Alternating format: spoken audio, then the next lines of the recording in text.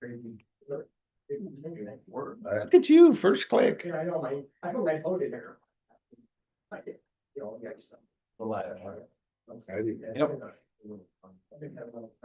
Call the meeting to order. Please rise for the pledge of prayer. I pledge allegiance to the flag of the United States of America and to the republic for which it stands, one nation, under God, indivisible, with liberty and justice for all. And we pray this morning. O Lord God, we come before you in prayer, acknowledging the blessing of government and administration. You are a God of order and have blessed us with the establishment of governing officials to provide civil harmony and concord. Be with us in this meeting and give us strength and wisdom to pursue goals which please you. Grant us the courage to support those things which are right and according to your ordinances, for we ask it in Christ's name. Amen.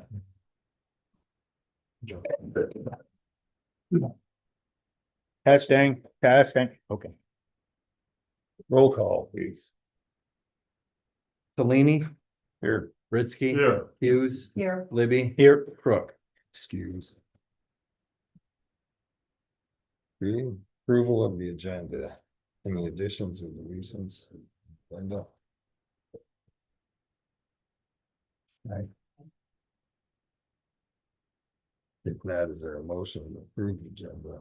I have moved that we approve the agenda. Okay. Motion support approve the agenda. All in favor, signify by saying aye. Aye. Aye. Opposed. Motion carried. Okay, conflict disclosures. Anybody have any conflicts? Agenda? Any no? Hearing none, we'll go to the minutes of the July 10th meeting. Chance to look them over. Yeah.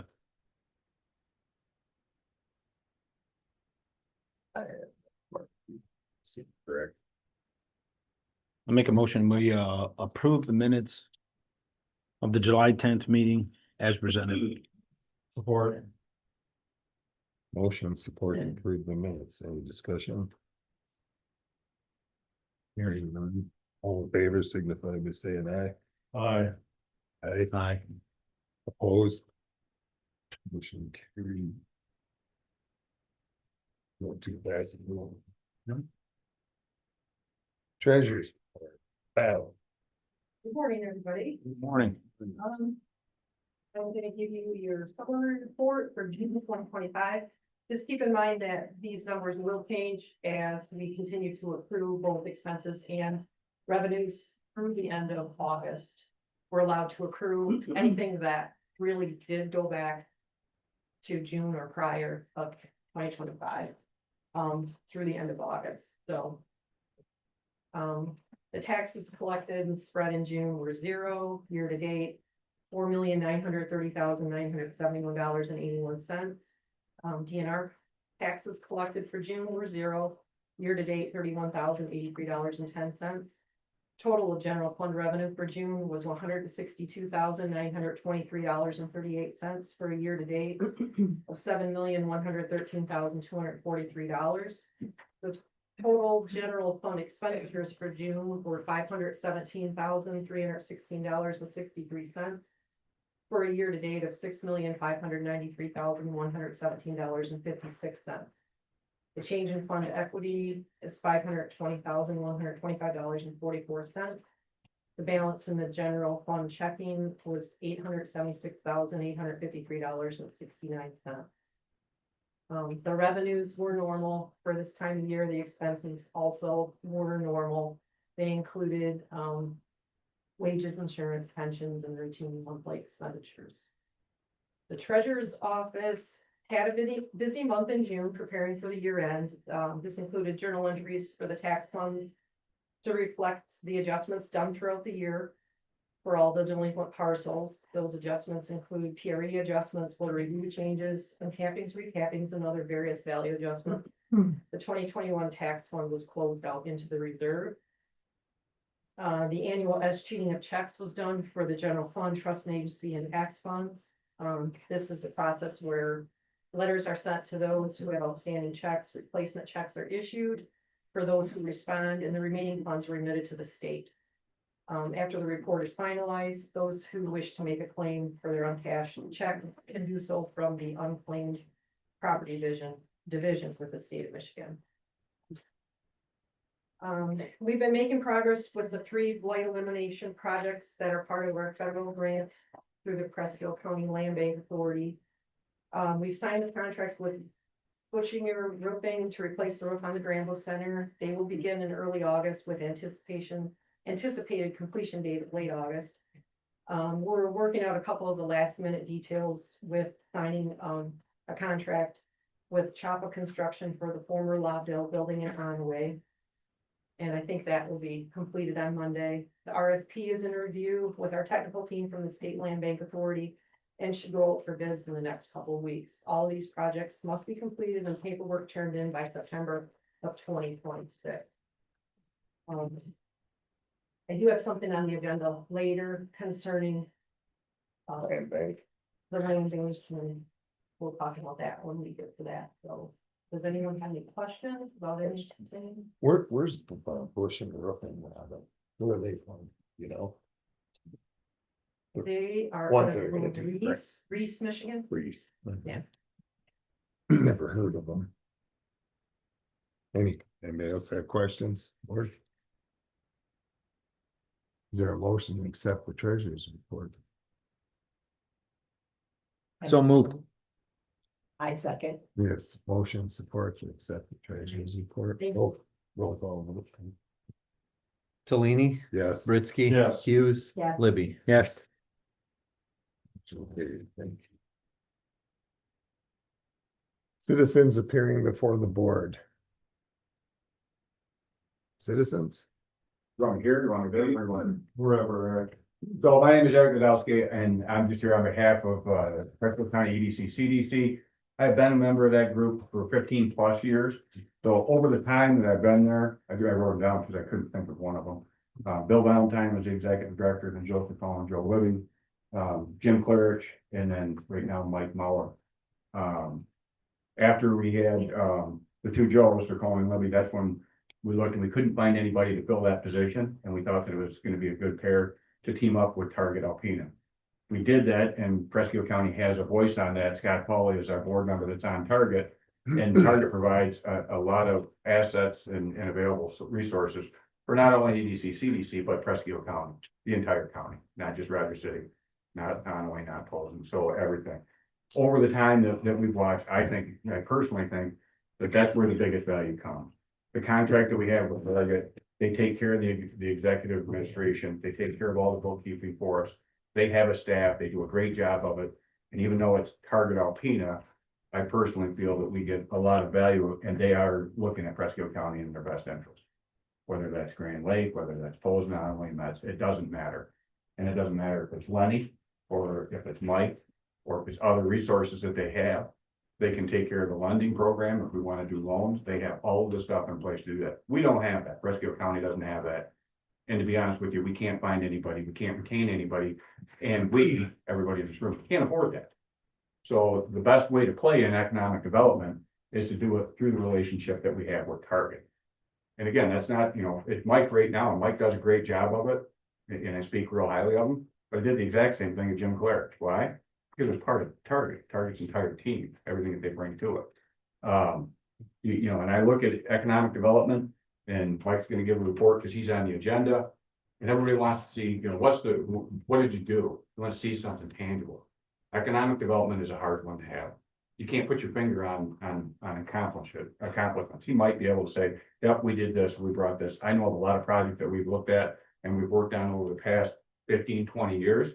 Some of them came to fruition, some of them didn't. But if you don't do anything, nothing will happen, like football.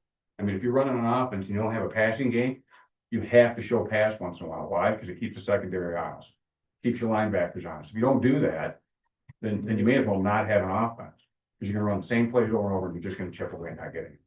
Economic development is the exact same way.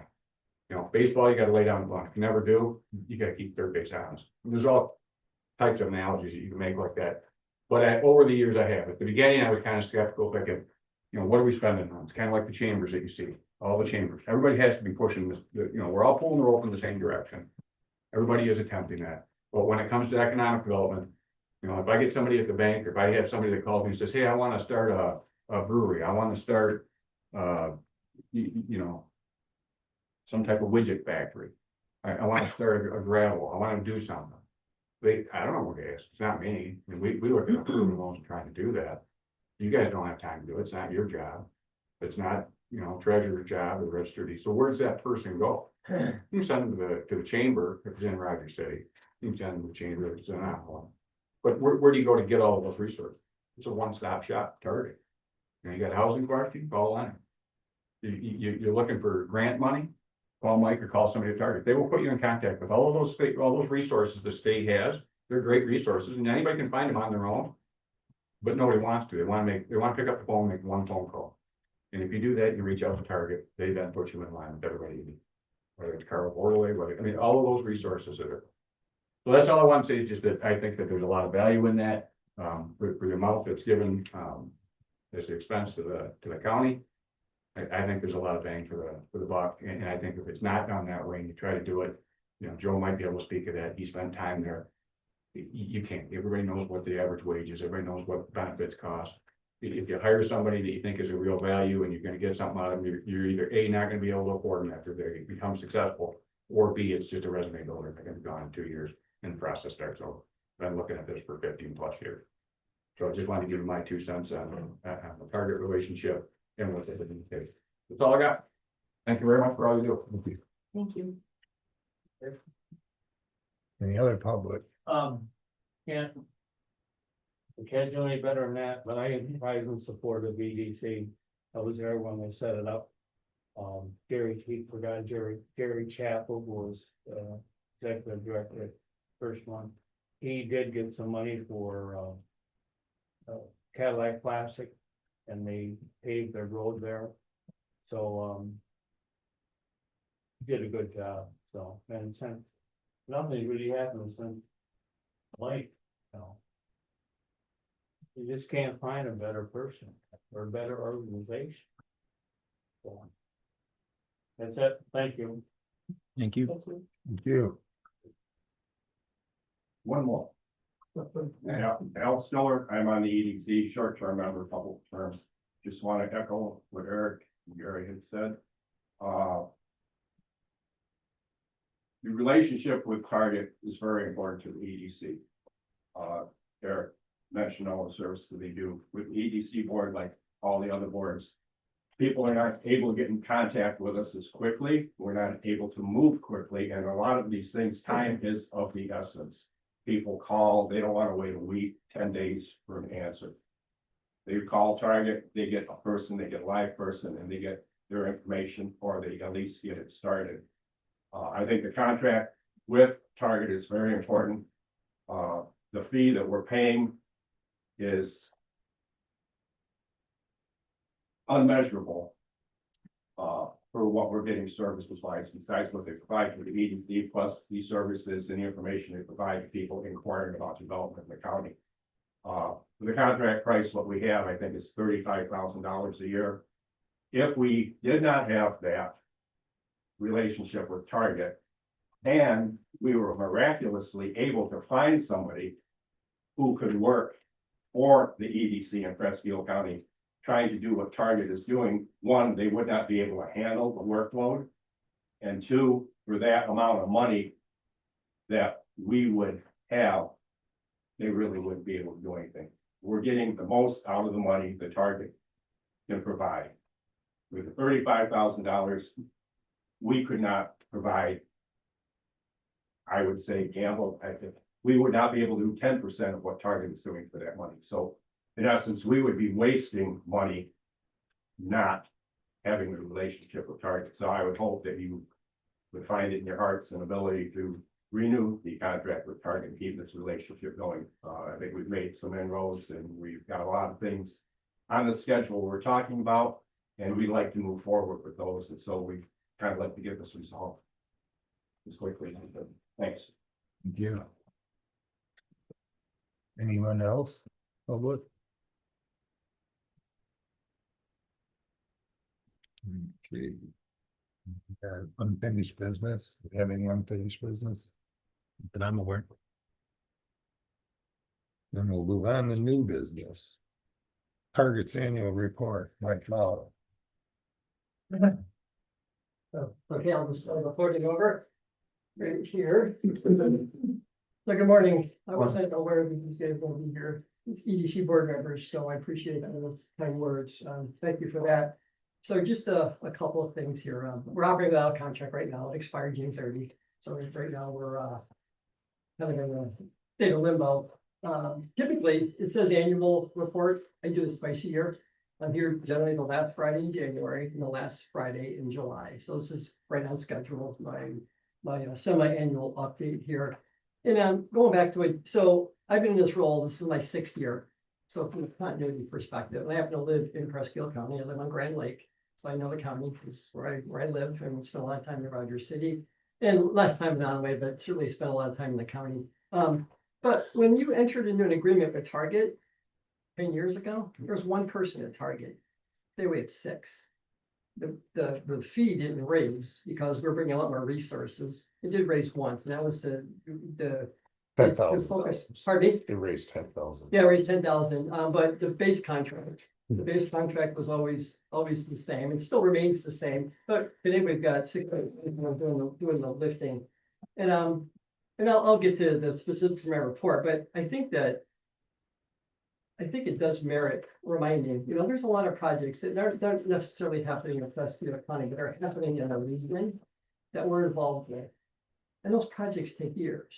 And if it wasn't for someone like me answering the phone and doing all the legwork that needs to take place to get a $48 million assisted living built in Alpena, it wouldn't get done. You got developers from Birmingham and Royal Oak. The city doesn't have time to deal with those folks. They rely upon people like me to do that work on their behalf. That's the same role I can fill and do fill it here. So now in the case of Tractor Supply, they didn't need any help. They found a piece of property and they said, we're gonna go, we don't need your help. But there's a lot of organizations that aren't like Tractor Supply who are gonna pick up the phone and call somebody and say, someone needs to help me. Someone needs to figure out who I go to get a TIF to help support my project. Someone needs to help me with the brownfield issues, maybe if there's a brownfield opportunity. And that's the role we play here. And again, some of these things, and these projects we may put a lot of time and effort into them and they don't result in anything at the end of the day, but that's just the way it goes. Tariffs come into place and some of the projects get derailed because of tariffs, because of interest rates, because of any number of things outside of our control, health of the developers and investors in the project, right? Some get sick and it's like, but that doesn't mean the work doesn't still have to get done. And so it's always our mission when we start down these paths is get to a ribbon cutting at the end of the day. So that's just kind of my general overview. So I got Lenny with me here today. He's going to talk about specifically some of the housing initiatives we got going on regionally in Presque County, and also talking about some of the grant work that he's done to benefit this county and of course the region. And then we also have somebody working on the small business development side. She's not here. She's on vacation this week, and so she's earned some time off, so she'd otherwise be here getting a report. But we have an office in Rogers City here, manned with somebody to help small businesses in this county. And so I got her report included with mine, her comments. So anyway, kind of getting into the nuts and bolts here. So I'll just touch on the ice storm. When the ice storm hit at the end of March or the April, Target said, we're going to try to be the collator of information to measure the impact on the areas so that we could potentially reach out to the state and say, look, small businesses were harmed. This is the extent of the harm. Can you create maybe some sort of grant program in order to help these small businesses? So we aggregated the data from this county and a few other counties locally, and then shared it with the state officials. And unfortunately, it didn't result in anything. But again, the effort had to be done by somebody to try to make it known that there's a real need here. Now, I'm not aware of any businesses that failed as a result of the ice storm, but I'm aware of many that were harmed, and they're still probably harmed today. But again, Target stepped up to take on that role because if we did, who would? Nobody else. So we do that. And I'm glad now we just heard just this week about the federal disaster declaration, but we still don't know what that means for the county, what that means for the townships, what that means for the cities in terms of recovery. We know the pot's 50 million.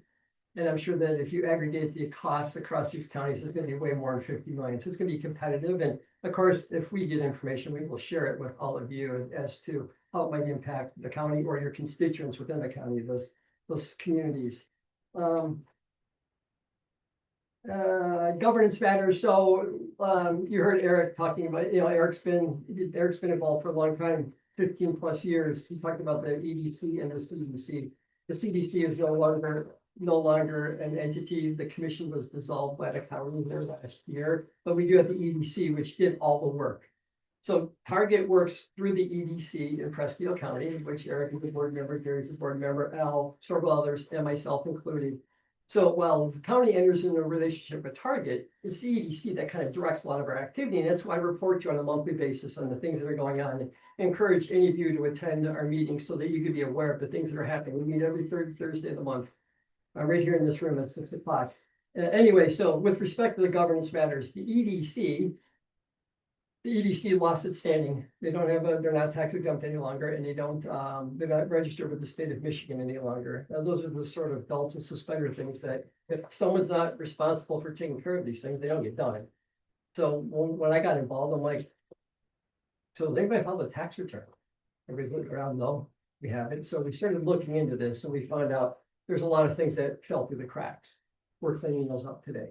We've adopted new bylaws. We've hired a legal firm to help us reestablish our organization as a nonprofit and create standing again in the state of Michigan. That process is underway. I think I reported back in January that we lost our way there for a little bit, and now we're cleaning that stuff up. It's important because if we're going to take funds in to support our mission, it really helps if whoever donates them can deduct them from their tax return, right? So being nonprofit is pretty important what we do. Plus the pursuit of grants as well. Most of the times, a lot of the grants that we pursue require nonprofit enterprise seeking them.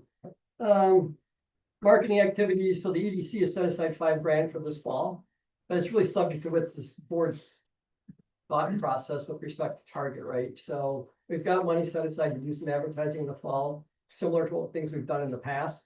And we intend on being able to deploy it, assuming there's a contractual relationship that remains in place. With respect to the airport, I'm glad to see the county on the 10th did take action to go ahead and build that hangar. I think it was a great decision on your part and 100% supportive of it. One of the things that, one of the opportunities we have because we have an airport is an organization, which I talked about in my report called Mighty Fly. They're a Northern California organization. Wanting to come up here and test drones. There's a lot of reasons why they're going to come all the way from California to Alpena and Presque to test their drones. The airspace is the lack of population density. It's potentially the attraction of really cheap real estate. If they're going to build an assembly plant, where are they going to do it? Not in Northern California. It's crazy expensive there, right? So these folks have been working with us, working on with an organization, an entity in the state of Michigan that I serve on that board. The MUASC board. And so the director of the MUASC has been working with these folks. I spoke with him last night. They're supposed to be out here, the Mighty Fly, to test their drones this fall. They pushed it to April. They pushed it to April for 3 weeks. And it's because they want, when they come out here, they're going to have organizations like Costco, like Amazon, big retailers and medical organizations, because the idea, these aren't little kid drones that are $1,000. These are millions of dollars with big payload capacities that could move a lot of product efficiently. And so they want to come out here and test it in front of these people, make sure that all of the that there are no missteps in the course of that, testing. So anyway, long story short, they're coming out here. You all went through an exercise to sign a letter of support for a grant for them. They did not get that letter of grant, and I threw it on. It was made my problem. I made it Cliff's problem. I made it Darren's problem. And you guys turned around and got that letter of support out in a hurry. State had COVID money. They didn't want to claw back. And so they were trying to find a way to maybe support organizations like this who are going to spend hundreds of thousands of dollars to bring all their people, all this equipment out here to test. That's what that grant was about. We didn't get it, but in spite of that, they're still coming out here to do the testing because they were committed to it. So thank you for your support back then with that piece of it. The state is really committed. The state of Michigan really is committed to this autonomous travel. We've got something called the Triple Challenge. The first year the governor was in March or April. Lenny was there for that. The governor was here schools and researchers from all over the United States and actually all over the world were here as part of this autonomous travel, land, sea, and air. This was the first year. This organization, Mighty Flag, fits well into that space. So their visit here in April will coincide just ahead of the Triple Challenge and just ahead of a big international conference, which is occurring in Detroit this year on the same sort of capacity. So the idea is these folks will be here, they'll test their product in front of all these companies and then report on it. May 11th to the 14th in Detroit, the big international unmanned systems consortium conference. So it's kind of neat. First year it's ever been in Michigan. And then, so this all kind of dovetails well. So I will just leave it at that. You can always ask me questions here. Grand Boss Center, I heard you talk about the roof today. A couple of years ago, we had a viable plan to turn that into housing. Lenny worked really hard, got the right person here. And we worked diligently to try to get the school system to not sell it to who they sold it to, but to sell it to who we brought to the table because they had a plan to develop that. They knew all the ins and outs to turn that into housing. I understand the school system wanted just to get it off their books. And so they chose to do that. And now here it sits 2 years later. I'm just telling you, if they'd have followed the recommendation that we brought to them, you probably have 20 or 25 units of housing in that building today. And it wouldn't look like an eyesore, but the grass is tall around it. You know, I drive by it all the time just to check it out, see what's happening there. Lenny's going to touch a little bit on the housing stuff in his piece. We have a lot of really exciting things, some of which are directly benefit of this county. On the lodging piece, one of the main priorities for Hydro City is they need lodging. They need better lodging than what we've got here. That's not a criticism of what we got, but they know that more discriminating travelers would like something a little maybe more upscale. And so to that end, we've been looking at a lot of different options here. Joe Heffley has got something he's going to be sharing with me here very shortly. On a boutique sort of lodging opportunity here in the city of Roger City. And with the intent that I'll review the analysis as well. And we'll work on maybe potentially seeking a grant to help fund a project like that on the mobile hire property. So this is a really good illustration. I've had 2 phone calls from some of the biggest employers in this county in the last 6 months. One was 2 months ago. So we're going to put tens of millions of dollars in our facility and we need a grant. We know the grant we want, but we need a fiduciary to handle the grant. That's the requirement of the grant. So I said, who could our fiduciary be? And I said, you have 3 options, the county, the EDC, or Target. The township doesn't have the resources where this happens to be, doesn't have the resources to bring to bear. So really to me, and I didn't know if the county did, but to me, the county should have right of first refusal. So I shared it with Darren, shared it with Cliff and said that, to me, you guys should have the opportunity to say yes or no before I just say yes, we'll do it on your behalf. But if a large employer in this county wants to spend 25 or $30 million, grows the tax base, it's incumbent on us to make sure they get the money. So it helps preserve the jobs, helps lengthen maybe the life of the facility, whatever it takes. And so we're willing to step up and take on that kind of work. And so, again, someone's got to answer the phone and have those conversations. I've had several of them with them and They yeah. never called me, No, I know, and now they sold. well, they haven't sold, they changed their name.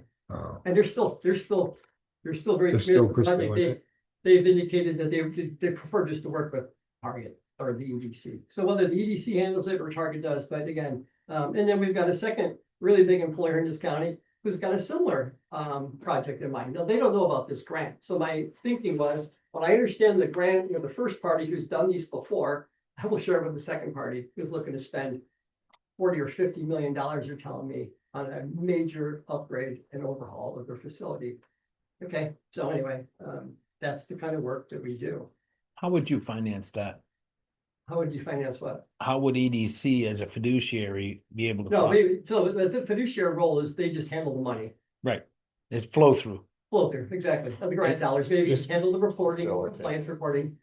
Yeah, Who's the second? It's not a pay first, get reimbursed later. I don't know. I don't know the specifics of this grant in particular. I'll learn more once I get an opportunity to kind of dig in with them, but I did not want to have the next conversation with them until we had a conversation, me in front of all of you, and make sure you're on board with us just taking over and leaving the county out of it. Because the county wouldn't do an industrial development bond, that No. would flow through the EDC. No, they're not seeking that either. So I think the money would just be a flow through and someone's got to be responsible for reporting. Now, what they told me is this organization has told me that they've done this in other parts of the state, maybe other parts of the country. And there's always some benefit that's to be inured to the county where it's occurring. That's fine.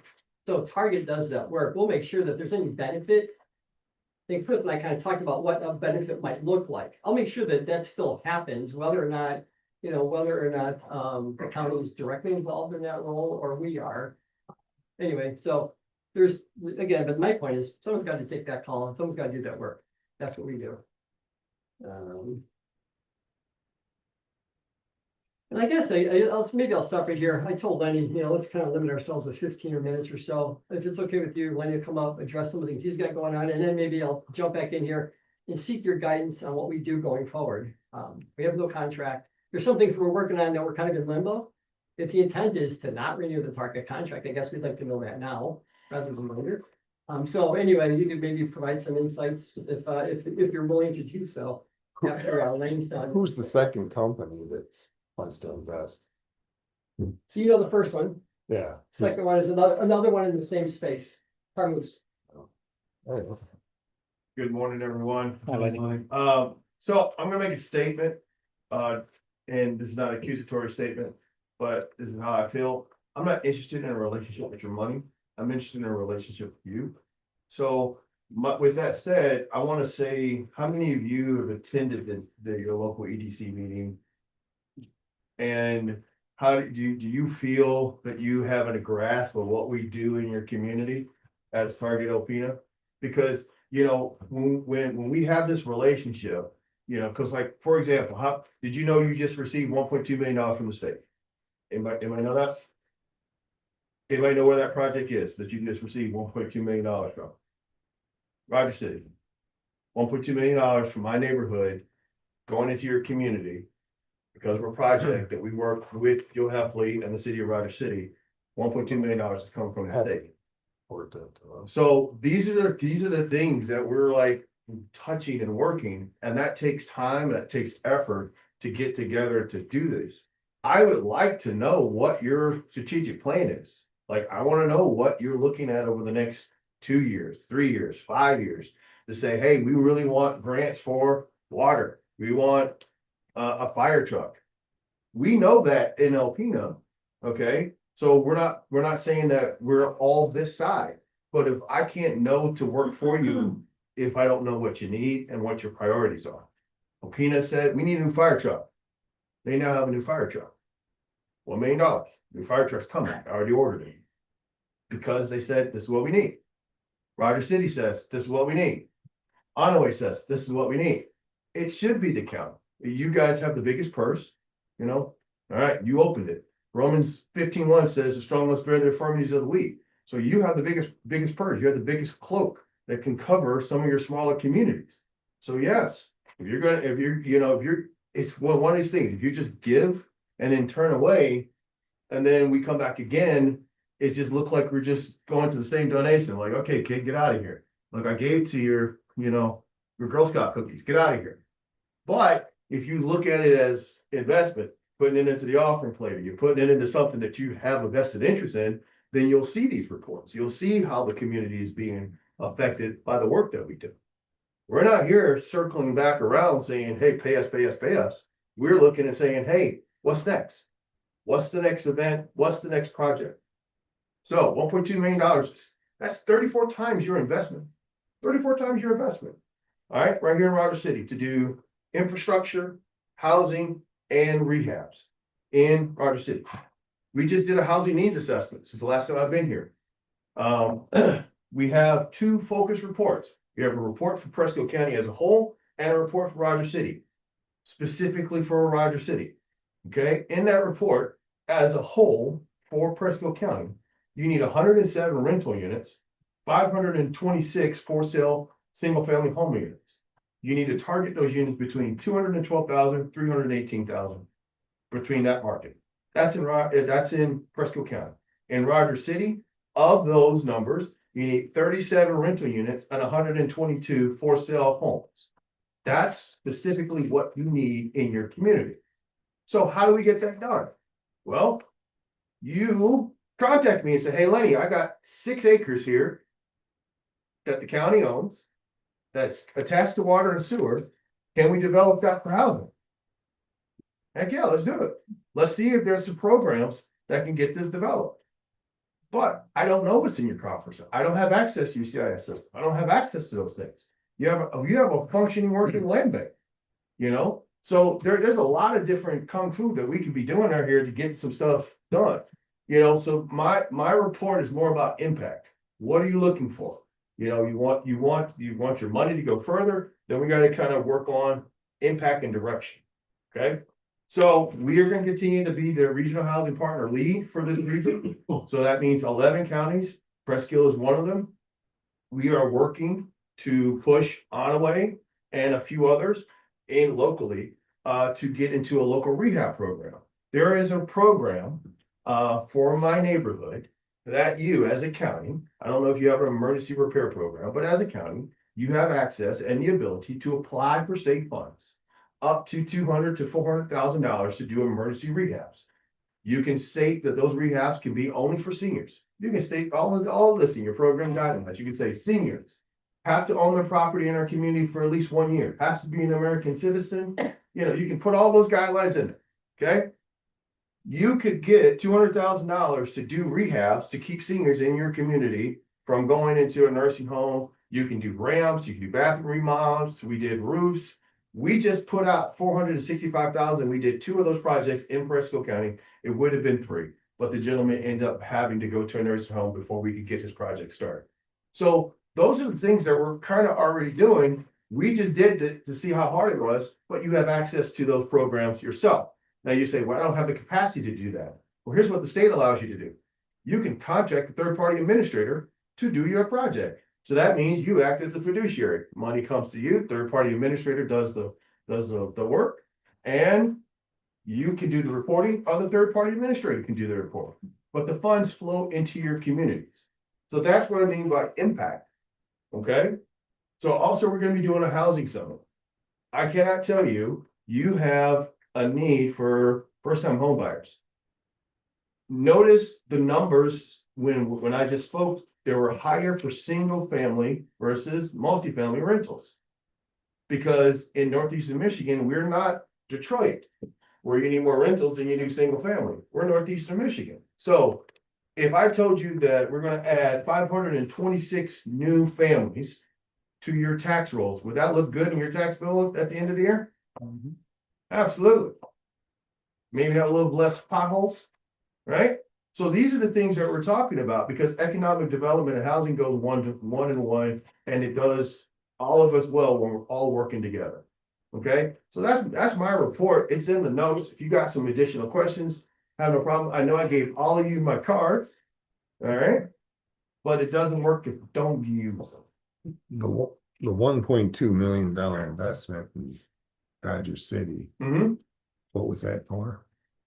Rehab, new info construction, and infrastructure. He wrote a hodgepodge of things, and the state approved it. What percentage of that of their contribution was that? You said it was 35% of ours. What percentage at 1.2 million was a return on their investment? What's Dodger City paying? 10, 5, I don't know. I don't know exactly what their $5,000. Yeah, I don't know what their total cost is, but I mean, I look at it as a community. So like if they got a penny and you got 20s, and you know, they can put their one mite into the table, I'm still gonna count that as the community of Presque I County. understand that. You know, it is putting it in. So, But it's you know, not- if I got $100 and I'm only putting $1 in the collection plate, and this guy only has $1 and he's putting $1, you know the story. If not, you sure, church is open on Sunday at 10 o'clock. We'd be happy to have you. So this is going into a fund for people to apply for rehabs, apply for new construction. No, he Are already these- identified new constructions. Are these, Yeah. okay, so Mhm. not all of these projects are currently identified? I think they all are. They all have to be. They have to be what's called shovel ready. I So got it you. has to be done within 6 months of the grant award. Gotcha. So all of these projects are shovel ready to go. Except for the rehabs, they allow you to have time to find people that can apply for that. But I think only like a couple of 100,000 he only has in rehabs. Most is like infrastructure, laying the foundation, pipes and water Mhm. to put the projects of new housing. in place. So what Lenny did say is that, Alpena applied for $465,000 with the idea we'd support Alpena, Presque, and Alpena. 465 what we applied for to the program, so that we could figure out how hard is it to manage this program. We got, like I said, we had 2 applicants that we actually did in Presque, one in Roger City, one out of way, we lost the 3rd one, unfortunately, before they did get the project done. So now we hired a person to do the work. We actually hired physically a person to manage all the paperwork and do all the reporting. And the idea, once we kind of got the lessons learned and went through all the growing pains with Mishta on how to report on these things. Then Lenny's like, okay, Joe Heffley, you need to do this. You need to go get your 400 because it costs you nothing. It's 400 for nothing. Kelly Stockwell, you need to go get your 400. And then you apply, and then we can manage it. Maybe our one employee could manage all of them. Maybe we have to bring in a second employee, it actually remains to be seen. But we've been encouraging, but we've been encouraging that, because now we kind of built the processes out, right? Went through the Mishta audit up here and went through our records, and okay, this is what you're doing right, this is what you need to improve. So, Lenny didn't even touch on it, we're forming a housing entity in Target Alpena. We've already hired the guy who's gonna run this program for us. We got state appropriations we pursued in order to fund this housing entity, but we're gonna do development work. Underneath Target is a new nonprofit enterprise beneath Target, where Target's gonna establish it, stand it up, then it's gonna be off on its own with the whole board of directors. They're gonna serve a broader area, the 106th district. You know, in order to get some legislative dollars from the state, we had to basically take Cam's district and say, okay, we're gonna have money kind of allocated to all these communities, but we're getting seed money to do that. They already hired the guy, starts August 12th, the person who worked for Michigan, works for HUD right now. So again, these are things that we got going on that maybe none of you are aware of, and it's only because we get to come here. I touch on these things in our EDC meetings, so the EDC is aware of the things that are going on, but again, you all don't hear it because you're not attending our EDC meetings, and because I'm only here twice a year to talk about these things. But this is stuff we've got happening right now, so. Any questions from any of you about any of this? Nope, I'm good. I'd love for you to give me some guidance for walking out of this room, what your intent is with Target. We're 26 days without a contract. And if the intent is, We it's okay, we're budgeted gonna for it. save the money, we can't afford We it, budgeted, because we just need to know that. we budgeted for We it. budget Yeah. for it. My concern was why we're paying the most and the city of Alpena is paying 50,000 and everybody else is paying $3,000 to $5,000. City of Alpena pays 95,000. That's understandable. It's the city of Alpena, but Roger City's paying 5, Conway's paying 3,500. Yeah. The county's paying 35,000. It's in the budget, Is it? yes. Okay. We finished the budget late last month, so. So is your concern, Kurt, is just the amount of money that you're investing? Kurt, It's, Kurt. I'm sorry, Cliff, sorry, Cliff. Is that your concern, the amount of money that Presque County is putting in, like total? Yeah, the return to the Presque County for the amount we're putting in. I mean, the city obviously should be putting in more money. Always putting in virtually nothing. But it's, I'll just say that, so you may have a case there, I don't know. But I think it's for you to sit down with the city, and for you to sit down with Onaway and say, look, guys. I don't think it should be my role to go back and say, county wants to put in 10, they want you to put in another 10, want you to put in 10. I don't want to be in the middle of that, that's for you guys to decide. I'm not saying again. But we're sort of in limbo right now, not knowing, and so I just would like some guidance, that's all. You know, Like, we represent everybody that lives in the county, not just in Agreed. the city of Roger City, I the get it. city of Onaway. Yeah, Right. housing, and I get it, and Hawks and Mets and all those other places, so Millersburg. Do we have a copy of the contract? we do. I mean, I brought one with me today, as a matter of fact. no, what I mean is for the next 12 months. Yep. July got month. it in here, what I Okay. proposed. So we've got that, and, I'd be ready to ratify it if it goes through. I don't think we can. Personally, I don't think we can. We need to renew it now and then have these discussions with Roger City. I'm not saying- Way imposing. I'm not saying do away with it. I'm just saying, why are we paying $35,000? I understand. And maybe those are discussions we could have with the Onaway and Roger We City got a people. board member on here down the right road. now that's not even here, so I'm not in a position to recommend we vote on a contract right now. Right. I mean, Well, I I can guess table it. I'm generally just encouraged by the fact that you guys haven't nixed the concept, so we should No. continue to do the work we're doing, and so we will. So I appreciate that feedback here today, knowing it's in the budget. And that's all. And we're doing a lot of strategic things here. A lot of it is with Presque, squarely in the middle of all those things. And so we just wanted to understand. Did you guys have any involvement in, the cell tower that went up out towards Posen? I don't think so. The one on US 23, Yeah, yeah, a little bit. That happens to be on my property. So it wasn't for, it wasn't, it wasn't. that's conflict.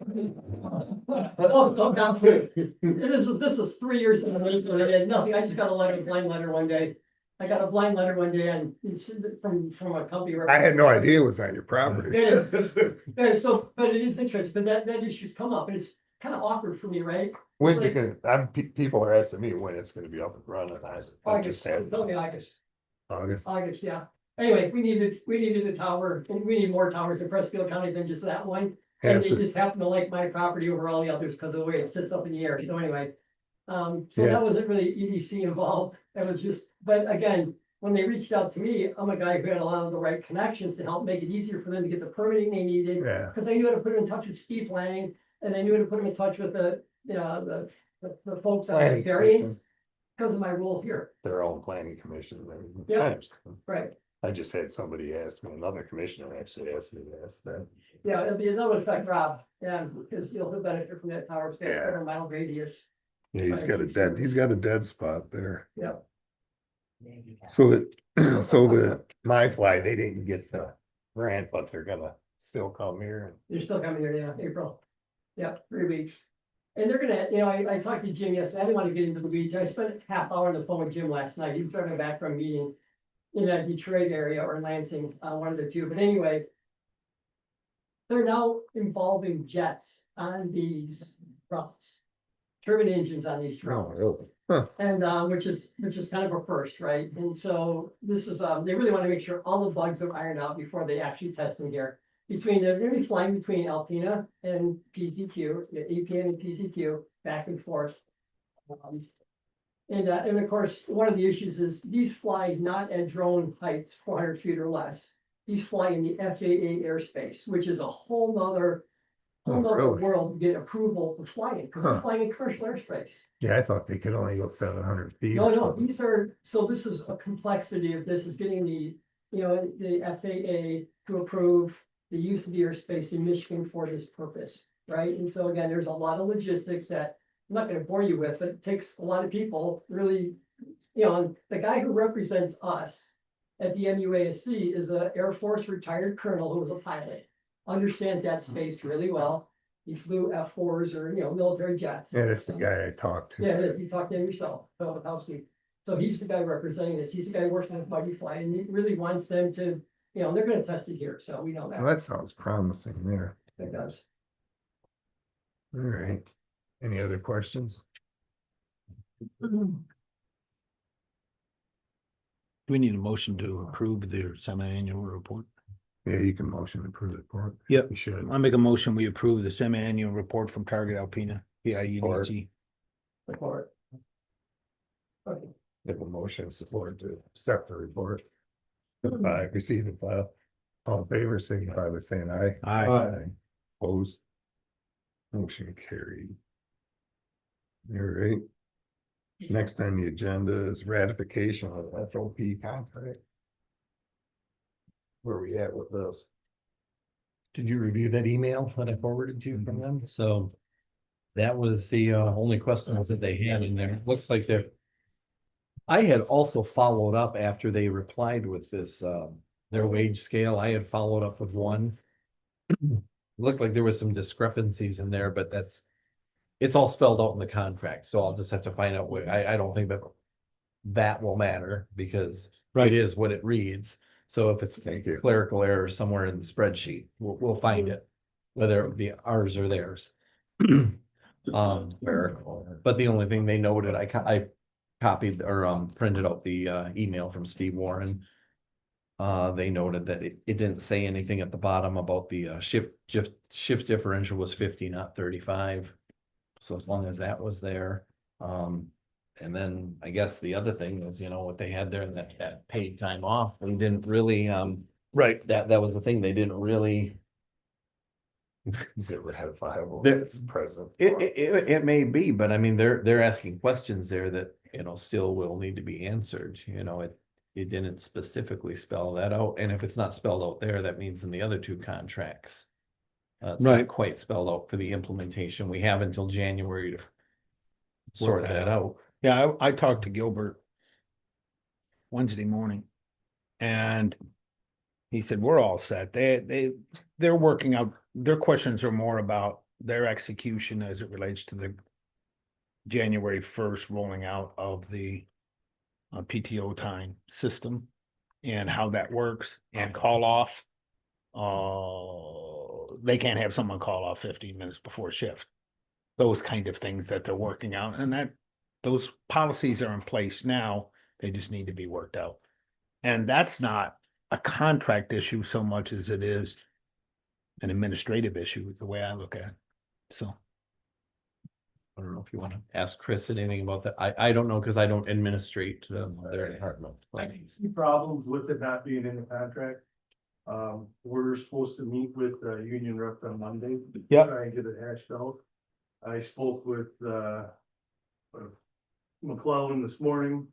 And we talked a little bit about it, and I got the feeling from him that the union does not want to sign it unless there's something in the contract for this. That's Okay. understandable. Yeah, do you But want? it's gonna help us out a lot, because me and Joe were not invited except for one meeting for this. And we expressed our concern at that first meeting, which was the whole new board then. And we were never invited back again, didn't know these meetings were taking place, because even then, the board said, we need to figure this out. And we said, yeah, we need to have some parameters in place for this. I can see a big mess unless something gets changed. Something's in writing. Yeah, Would you like me to attend Monday's meeting, or it's probably something I'm not invited to with the union members meeting with their own union? at this point, probably not, but it just. Well, let me know if then that changes. Yeah, we did talk with the dispatch and corrections. We kind of got that one squared away. They're kind of happy with that wording that we figured out. And we're just gonna present it to the FOP on Monday as well and see Okay. if we can hash something out, so. Yep. Okay, Well, let me know all right. either way. One thing next time contracts come around, I don't think we need to use Gilbert's. No. You need to find a good attorney. Well, So are you saying you want to move this out 2 more weeks Table on it. ratification? well, we can ratify it and then amend it. I No? would just wait till it's done, right? Val's union veteran, nope, table it for No. till the next. In the meeting. meantime, we are already working on figuring out, the hours needed for the back pay, because none of that is gonna be in question, because we know what the hours are, we know what the pay rates are gonna be. So we will be working on that, so, And I obviously think with the you guys change did we've had that. in payroll. If you ratified it now and then you wanted to amend it, I think you've got to open up a whole new contract for negotiation. No, I think we need to table it. Table it to you. Yeah. Okay, Any other thank you. questions from I didn't, I'm wondering what. other committee members? Commissioners? Robin, do you have anything to say? No. All right, we'll table that. Till we get language in the contract. Authorized payment of Cisco invoices for the jail. I only made one copy. There's a couple of them here. Basically, the Cisco invoices, Renee turns those in. They go through claims, but Cisco has a very tight window. We had an issue last month where they almost didn't deliver to the jail because there was a lag in, getting their checks there. So by the time they go through claims, fortunately, it came in right before claims, I believe, and so we added it on and got it paid. Because their rep is really good and works with them, but she had just forwarded me a few of them that had, for various reasons, slipped through the cracks. A couple of them were older ones that may not have made it up to our office, after she looked into it, and she figured out a different way to make sure that we're getting them in the amount of time that we need. But the real problem is because they have to go through claims, and Cisco wants their you understand that too. They're pretty tight with it. I know when I had something, We got it's like, food. sometimes they want some people, they want to check on delivery, so. Got the food. Yeah, this is just to keep them from saying, well, we're not gonna do this, to get us over to next claims. There's a few invoices here totally met 127010. That could have created an issue for another delivery if it had to wait right through claims. So I just wanted to add these up and authorize them today. That in communication of the invoices process, it needs to be cleaned up. She already Usually- has. Yeah, I was gonna Yeah. say, usually I get the invoice the day they deliver to my email. So that Renee shouldn't be a takes care delay. of that. Mhm. I'm sure. So, yeah, I make a motion, we approve this is a regular expense for the jail that hasn't made it through claims audits. Food that never got paid for. Yeah. Yeah. There's food and some, and I think some of it too, you can see the invoices look a little different. It looks like some of them were, some supplies. That too, so looks like, I think I saw some plates on there too, so there were just some things that come through a different source. They might have been drop shipped. versus- Supplies on the fly. How'd I do? That's the name of it. Isn't it? Dishes. Yeah. Dishes. Most of it's food though. I make a motion that we pay the Cisco invoice in the amount of $1,270.10. Invoices. Motion support to pay the Cisco, the invoices that slip through the. You know, and Cisco's pretty good. I had to work with them before with paying their bills. And sometimes the date that they wanted, if I was not something that we can meet, and I Right. called them and arranged to have a different pay schedule because of the way that our billing went. And they were very, very good to work with me on that. So they were within the dates and still get discounts that they offered. This way, this So way. they were very good to work with that, so if somebody feels it, just call their billing manager and they're really good to work with you on it. I just don't understand how the day and age of instantaneously sending data that it slips. She Yeah. doesn't get delivered. Any more discussion? Any more discussion?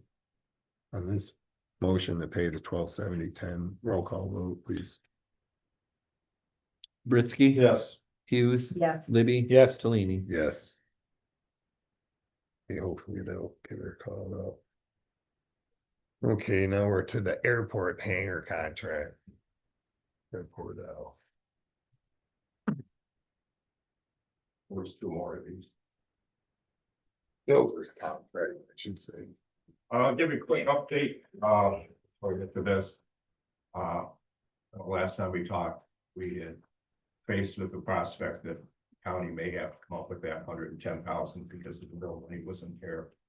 Yesterday, I got a call heading to the airport from Devin at Camp Gavin's office. And he, talked to the MDOT legislative branch. And was able apparently to get things advanced. Where the bill money should be coming very quickly. He had me call MDOT and speak with Paul, our project manager, and Paul did confirm that MDOT does have the authorization, the money's been released, they are in the process of preparing the contract for the bill money. Was hoping to have it today or hopefully first of next week, so it looks like the possibility of us having to dig into our own pockets Possibly might not happen. slimly. So I was grateful to hear that because that just takes a load off of everything. So I will, as soon as I know, I'll let you know. But right now it's in the works. And so we shouldn't have to come up with anything other than our local shares and stuff. The other thing MDOT was working on, because of that, they were trying to get our design money back to us. 50,000. The 50,000 plus, and the way they were gonna do it, we wouldn't get the full 50, we'd get like 47 something. From my understanding, and I want to clarify with Paul, apparently they're still trying to work on that. From everything I've read and seen is normally we would have to either wait until we got back into the NIPIAS funding to get that reimbursed, or the project would have had to be completed, or at least 50% completed. Well, from what Paul says, they're still working to try to put together some money. What they're doing is gathering money from other Michigan airports who had projects that they didn't follow through on or came in under cost. And so MDOT sitting on some surplus money. And I guess they need to spend it if they don't spend it. The they'll feds take will it take it back. back. Everybody reaches, so there's a possibility, I don't have an answer to that we may get our design costs or 99.9% of our design costs reimbursed quicker than we thought. But I'm not gonna hold out for that, but there's that option, Possibility. though. possibility. So I mean, things are looking up. We got some positive, things going on there. And, the contract, I talked to them, we get this, this contract needs to be signed. The contractor's already signed it, and basically this is just the county signing it. With the county approving and signing this contract, we'll be able to purchase, we'll be able to get the order in for the purchase of materials. To protect that $149,817, which is scheduled to go back on August 8th. So we only have really basically 8 working days to get that taken care of. So it's important that, yeah, we So not only we need the contract with the DOT, but we needed a contract with. this is the builder. contract between the contractor and us, and we did sign the one between the two. So they Right. signed it, and what's in here basically Need a motion, is authorize. I'll need a looks- motion to sign it. I didn't want to sign it without an action. it looks like a lot, but most of this is basically, just the nuts and bolts that the contractor has agreed to. And obviously, the county will agree to, and it gives us the power to hold them and the consultant to hold them to the standard, the specs they've signed. Wage standards, Bacon Davis law, all that stuff. Prevailing wage. So, That's probably the DOT probably, the government wrote that, didn't they? it's a combination because it contains, FA wording, a whole, dictionary, the acronyms used in the contract, things like that. It's quite thick. By reading, I've read most of this numerous times before this. They're all the same. But basically, contractors agreed to perform as the contract. Like I said, if you need approval, you guys do that, we'll need you to sign 4 of these. Also, they have something called a designated representative, which is somebody, the contractor, the consultant will go to on the daily nuts and bolts So, things. someone on the site that he can compare to. Generally, they usually appoint the airport manager if you want to do that, or if you want to appoint yourself as that, which means we will needle you with every detail that comes up, your choice. So, we need a vote and approval on this, and then you also, if you want me to be the designated representative, I guess you'd have to make a motion approval about her. A separate motion for that. Yep. I might want to read that. Nope. I'll make a motion. We, I sign. think the attorney needs to look through it. No. You don't need to spend $5,000 having him read it. I make a motion that we authorize the chairman to sign the airport hangar contract between the county of Presque and the designate contractor. Contractor, state the contract. Yeah, what's the contractor's name? Contractor is RS Post and Frame LLC. Got that? Amend my motion, RS Post and Frame LLC. Second, We have a motion and support, sign the contract between the RS Post and the county of Presque. Roll call vote, everyone too, please. Hughes, yes, Libby, Yes, Tolini, Yes, Pritzky. Yes. all right, that takes care of that. I'll make a motion that, we appoint Al as the designate representative during the construction phase of the project, representing the county. Al Stiller. Al Stiller, I'm sorry. Yes, He- got he- support, Yeah, he supports. supported it. Any discussion? Only thing is keep us informed or keep me informed Yeah. of what's going on. Yeah, no, definitely keep you guys in the loop on this. If there's any huge overrun or something. There shouldn't be, if there's anything, it's gonna have to come with a change order, which has to pass through the consultant for approval first.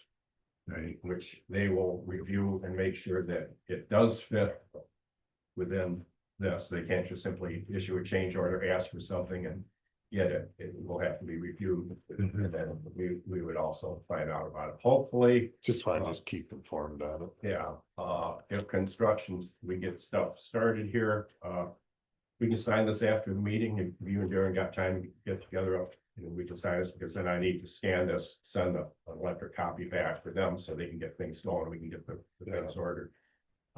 Just in general, I was looking at construction possibly starting within 60 days.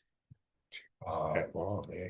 We're looking at, and we've got to get a contractor. Once this gets going to contractor can order materials, and that gets them to go ahead to just keep moving forward. I would think So you want to get the excavating going. we'd be first. looking at, right, then they would start contacting and lining up, scheduling excavation. If, we're looking realistic, hopefully starting September 1st, end of the month, September 1st.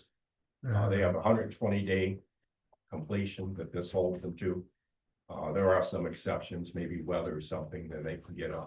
I imagine the excavator has got booked up with jobs right now too, so. Yeah, I don't know if they're gonna use a local excavator or if they're gonna bring somebody in, that's gonna be up to them. They bid it, so. All right. So they'll fall in there. I hope if it's not the local excavator, that they know the limestone issue.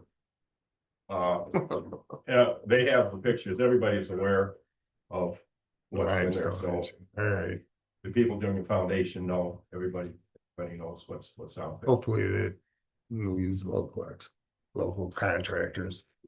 If they can get them. All right, we got a motion and support. Yeah. All in favor, signify by saying aye. Aye. Opposed? Motion carry. L's the contact man. Okay, that's it for that. Now we're on to the land bank resolution. County has edition. I got a copy right here. Yeah, I just want to point out that I have a typo on here. The grant period began August 1st, 2024, not 2025. So, and I just wrote up a little background on it. Previously, the Presque County Land Bank Authority was awarded a federal reimbursable grant for blight elimination in the amount of $500,000. The grant period began August 1st, 2024, and runs through September 30th, 2026. All reimbursement paperwork must be submitted by that date, and the grant will officially close on December 31st, 2026. We have 3 projects that we're working on. They include the Granville Center at 251 West Huron and Rogers City by Dargis Properties LLC.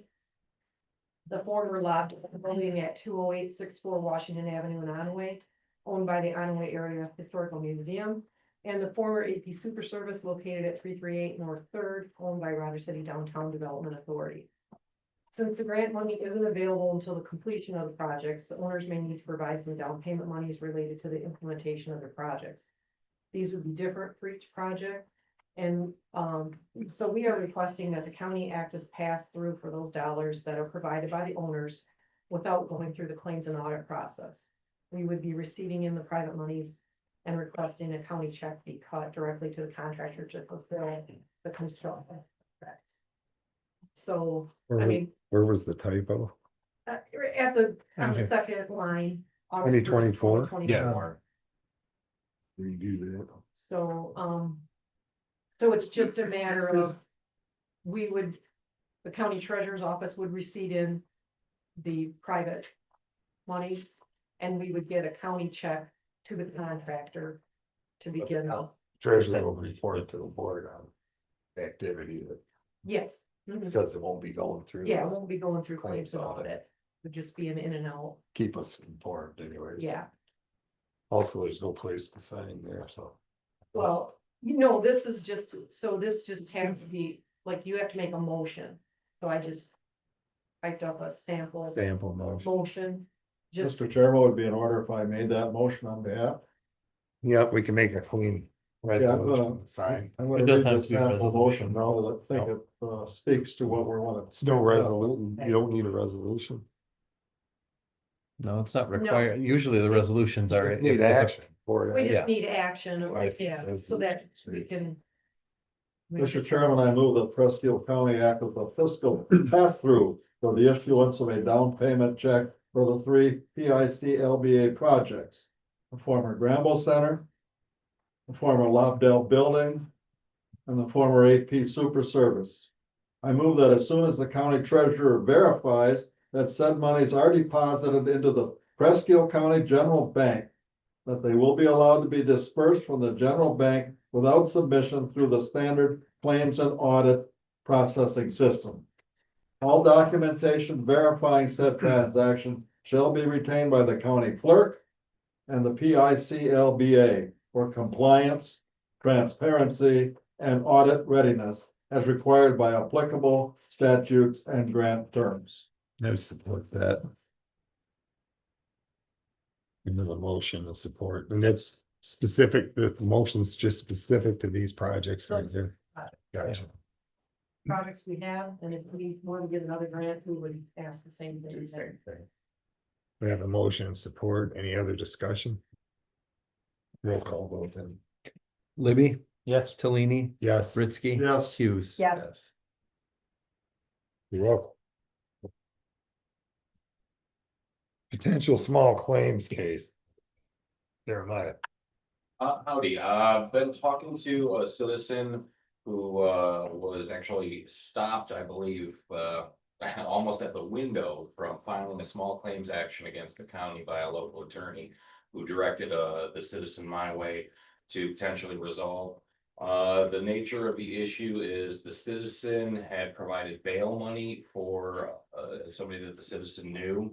And that, the paperwork for that bail was filled out in a way to give it back to the defendant, and now the citizen is unable to get the money from that defendant, and it's wants to sue the county. It sounds like their theory is that a sheriff's department employee filled out the paperwork wrong or assisted in filling out the paperwork wrong, and that's where the nature of the liability theory for the county would lie.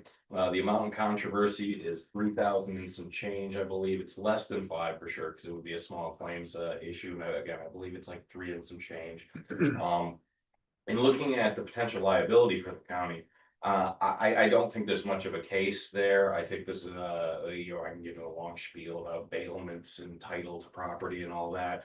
But essentially what happens is you are putting up money for somebody who is a defendant to be able to get out of incarceration, and you're guaranteeing that they're going to show up.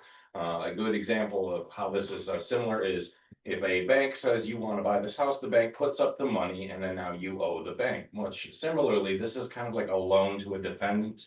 And I think it's going to be just like you get a bail bonds person. The bail bonds person, they fill out their own paperwork, they go ahead and do this stuff, they know, they make a contract with the defendants. That's the way it goes here. Would our register of deeds be liable if a bank came in and said, I can't foreclose on this mortgage because this paperwork is wrong? No, that's the bank's job to do that. Much similarly here, I do believe that the citizen would very likely lose in this action, but here comes the lawyer stuff. A lawyer's gonna charge you more than what this citizen is trying to ask for. So it is something that the county now has to decide, basically the difference in, just the math of it. Is it cheaper to just make this go away versus what I call the feeding the squirrel problem of, well, what if anybody has an issue like this? So they can just go ahead and say they're. Precedent. And so that's a politics decision now. That's not a legal decision, but I did want to let the board know. I would have liked to have done this in closed session, but unfortunately I looked into the law. And since the lawsuit isn't actually filed and pending, it's just discussed, it's not something that would be exempt now. So, but I guess that's it as far as a quick report, but I wanted to make you aware of it so that if it did come up across your desk, you know why there's a pending lawsuit. Question, being it's a small claims case, typically that's decided in a 1-day hearing. Yeah, this would, I believe, actually be decided on that. Okay, let's say it happens, you engage an attorney, I remove it up to real court because lawyers aren't even allowed in small claims court. And then I'd file a motion for summary judgment, say even if what they're saying is 100% true, as a matter of law, they still lose. I'm still gonna charge you more than $3,000 just to do that, and you guys have me for pretty cheap, relatively speaking. So there is something to figure out, just the mechanics and the amount of it. Plus, it is one of our citizens, and I will say, I do feel bad for this individual. Yes, if you're gonna loan somebody money, and you should understand and all that stuff. But I don't think that this is not somebody who's just willy-nilly doing things. I do, think that they have good heart and good intentions. So that's some of the stuff that, I've been having. So he put up the bail money for this friend. Now the friend won't pay him and he's using the excuse saying that the sheriff's department helped him fill it out. Yes, yep. Is there truth to that though? There might be, even, let's assume it's, let's assume that, one of our people actually went above and beyond and filled out something there. It still doesn't create a duty on our. I understand that, but you're saying it's just, is this guy gonna go ahead and spend that money on an attorney, or is he gonna just? Well, that's the nice thing about small claims court, is he doesn't have to, he has to spend Yeah. a couple $100 and some time. And then you folks we have to spend the money. But if you take it up to regular court though. Then he can spend the money on an attorney to tell him he's gonna lose, but again, the thing with lawsuits is, I say this, anything can happen. There's always a chance with a lawsuit. So Oh, that is yeah. something to weigh. I do think it's it's a bad case, but even bad cases, lawyers get rich off of. Yeah. So your recommendation as counsel is to just get rid of it. My recommendation of counsel is to make that political decision. It is an absolute political decision. But as math goes, yeah, it doesn't make sense to defend this lawsuit if, you don't, balancing that feed the squirrel issue. But in this particular case, I don't think this citizen is coming back repeatedly over something like this. Yeah. But it is something for you all to consider. Spoken like a true lawyer. Right. So we hire you to countersue them for the 3,000 it costs to pay you. Well, but then once again, I'm gonna tell you, you are going to pay me way more money than you are ever going to get. The question is, will the judge award costs? Very unlikely not. If you're dealing with a pro se litigant, somebody who's going for Yeah. themselves, they're given a lot more leeway. If a lawyer filed this action, yeah, I could say this is frivolous and there's my legal basis for getting legal fees. As a regular person off the street, I mean, this individual's pretty smart. They've got a good argument for somebody who doesn't do this every day. I guess Thank we you. should probably wait till he files. Right. Right? Again, that's now a political and math decision. You get an If answer the out of it. lawsuit is filed, the one benefit to us would be then, meetings to be closed session strategic, at that point. But, the lawsuits are costly. And then you're gonna have, the 21 days to respond, and in that time, will we be able to get together, all that fun stuff. Yeah. I So just, understand that. something to consider. Thank you. Thanks. Can I get a 5 minute? Need a recess? Bathroom? We have a 5 minute recess. Sorry, you need to tell the public. No, that's all right. 5 minutes. Go ahead, take my medication. See how you all. Yeah. Sorry. Yeah, they're all laughing at me now. That's on you. Got that already.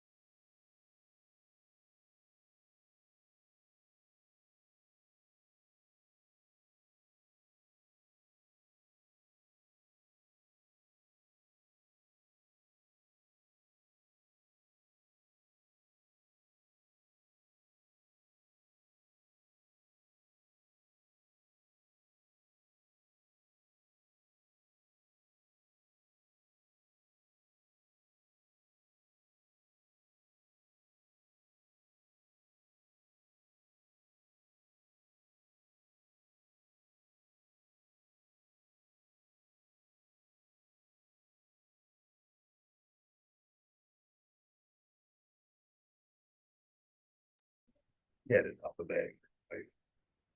Yeah. You're back on. Yep. Business is over. Meeting is back open. Okay. Fee schedule, Akiaka Outdoor Center. On the list. You want me to go ahead? Sarah, Sarah, There was a change in, we have a new outdoor classroom that was built last year, and there wasn't a price available to charge for a day rate. So it was suggested that the charge, for the day with restrooms, which is the classroom, the indoor classroom has 2 restrooms. For $175 for a day use, either for our craft garage, which is the white barn and the bathroom, or the outdoor classroom and the bath. So it's, you guys set the price and that was just suggested, $175 for the day. that was never addressed when. Or once it was built. Sorry, 125, sorry. Classroom only. I'm good with it. I'll see that basically the copies that I made you are in black and white. I didn't realize that. She had them highlighted on the initial one. So just so you're aware, the only change in question is line 3. The day use of the garage built was like, that's the only difference between the 2 sheets. So everything else was the same. So it's not a full schedule change on the fees. Just check on that line 3. By then it was over, but. Yep. Suggestion that maybe we should go over the pricing again. And maybe there was even a suggestion that we should just have one price for the whole thing.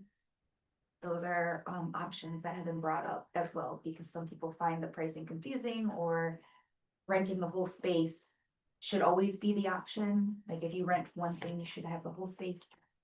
So these are just questions. That's something can we address that in the fall. need to discuss later because we're running into issues out there right now with camping this morning. Just line 3, I was just. That's there all were right. their You questions. started, you made a motion. I make a motion, we make this change to the Akiaka Outdoor Center rental charges, line 3. Support. Line 3, and a motion of support. Any more discussion? Roll call. vote. Selene, Yes. Britsky. Yes. Hughes. Yeah. Libby. Yes. Just so you know, we're gonna review that. We're gonna review that and come up with some enforcement policy. To we've got people camping out there right now that aren't supposed to be. And they check in a day early. Yeah, we told them they were supposed to, if they stayed, they were just supposed to drop stuff off yesterday, and if they stayed, there's a fee. And somebody saw last night that they were staying. Maybe they weren't using the building. Well, the fact of the matter is, they're not supposed to be camping. They came to, one of them came to my house farm there.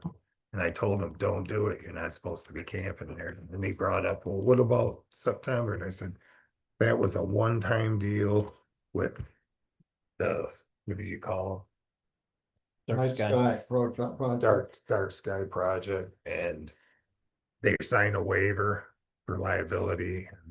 Which I think the waiver is a good idea, so that they know the rules and regulations. Right. Regarding specific. Not that it's gonna work in court, but when something happens, but Thank you. thank you. Did you do the roll call vote? Yeah, we. Mhm. We're good. Okay. Oh, see her around here. Judge, She was just gonna go under other government. does she want to speak right now or? Other government officials. We can move you up. So you ain't gonna wait around if you got stuff to do. Jennifer Warwick is here to help me with some of the math here, but we weren't sure if we were supposed to go to personnel committee first with this, but we do have a meeting pending if we need to. We have an individual starting on Monday. She is currently working in the clerk's office, applied for the open position that we have. And we would like her to start on Monday, and but it would be starting at a 3-year level employee instead of a first year, because she's been working for the county in different positions in departments, and this will be she's a 3-year. And so we would need board approval to start her at that 3-year level.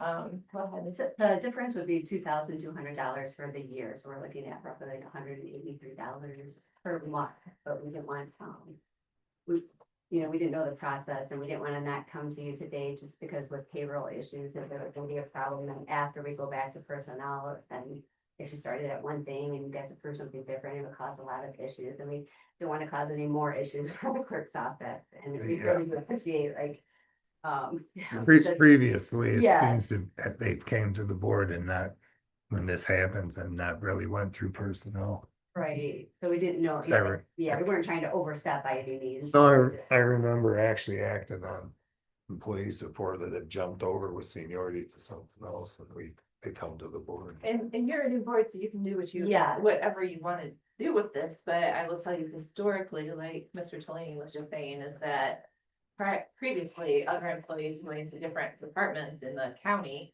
have continued with their longevity. So if they are moving at 10 years, they typically get approved to start at 10 years. And- Carry it with them. Yeah, Correct. so that's what we're asking for. If you have any questions. You included that $2,000 in your budget.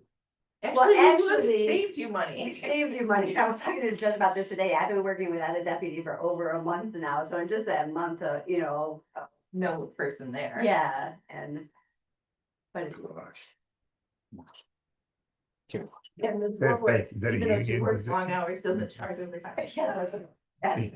That's a union position, they ain't got no problem with that. No, it's not union. It's not Courts union. are non-union. I got Aren't you. union.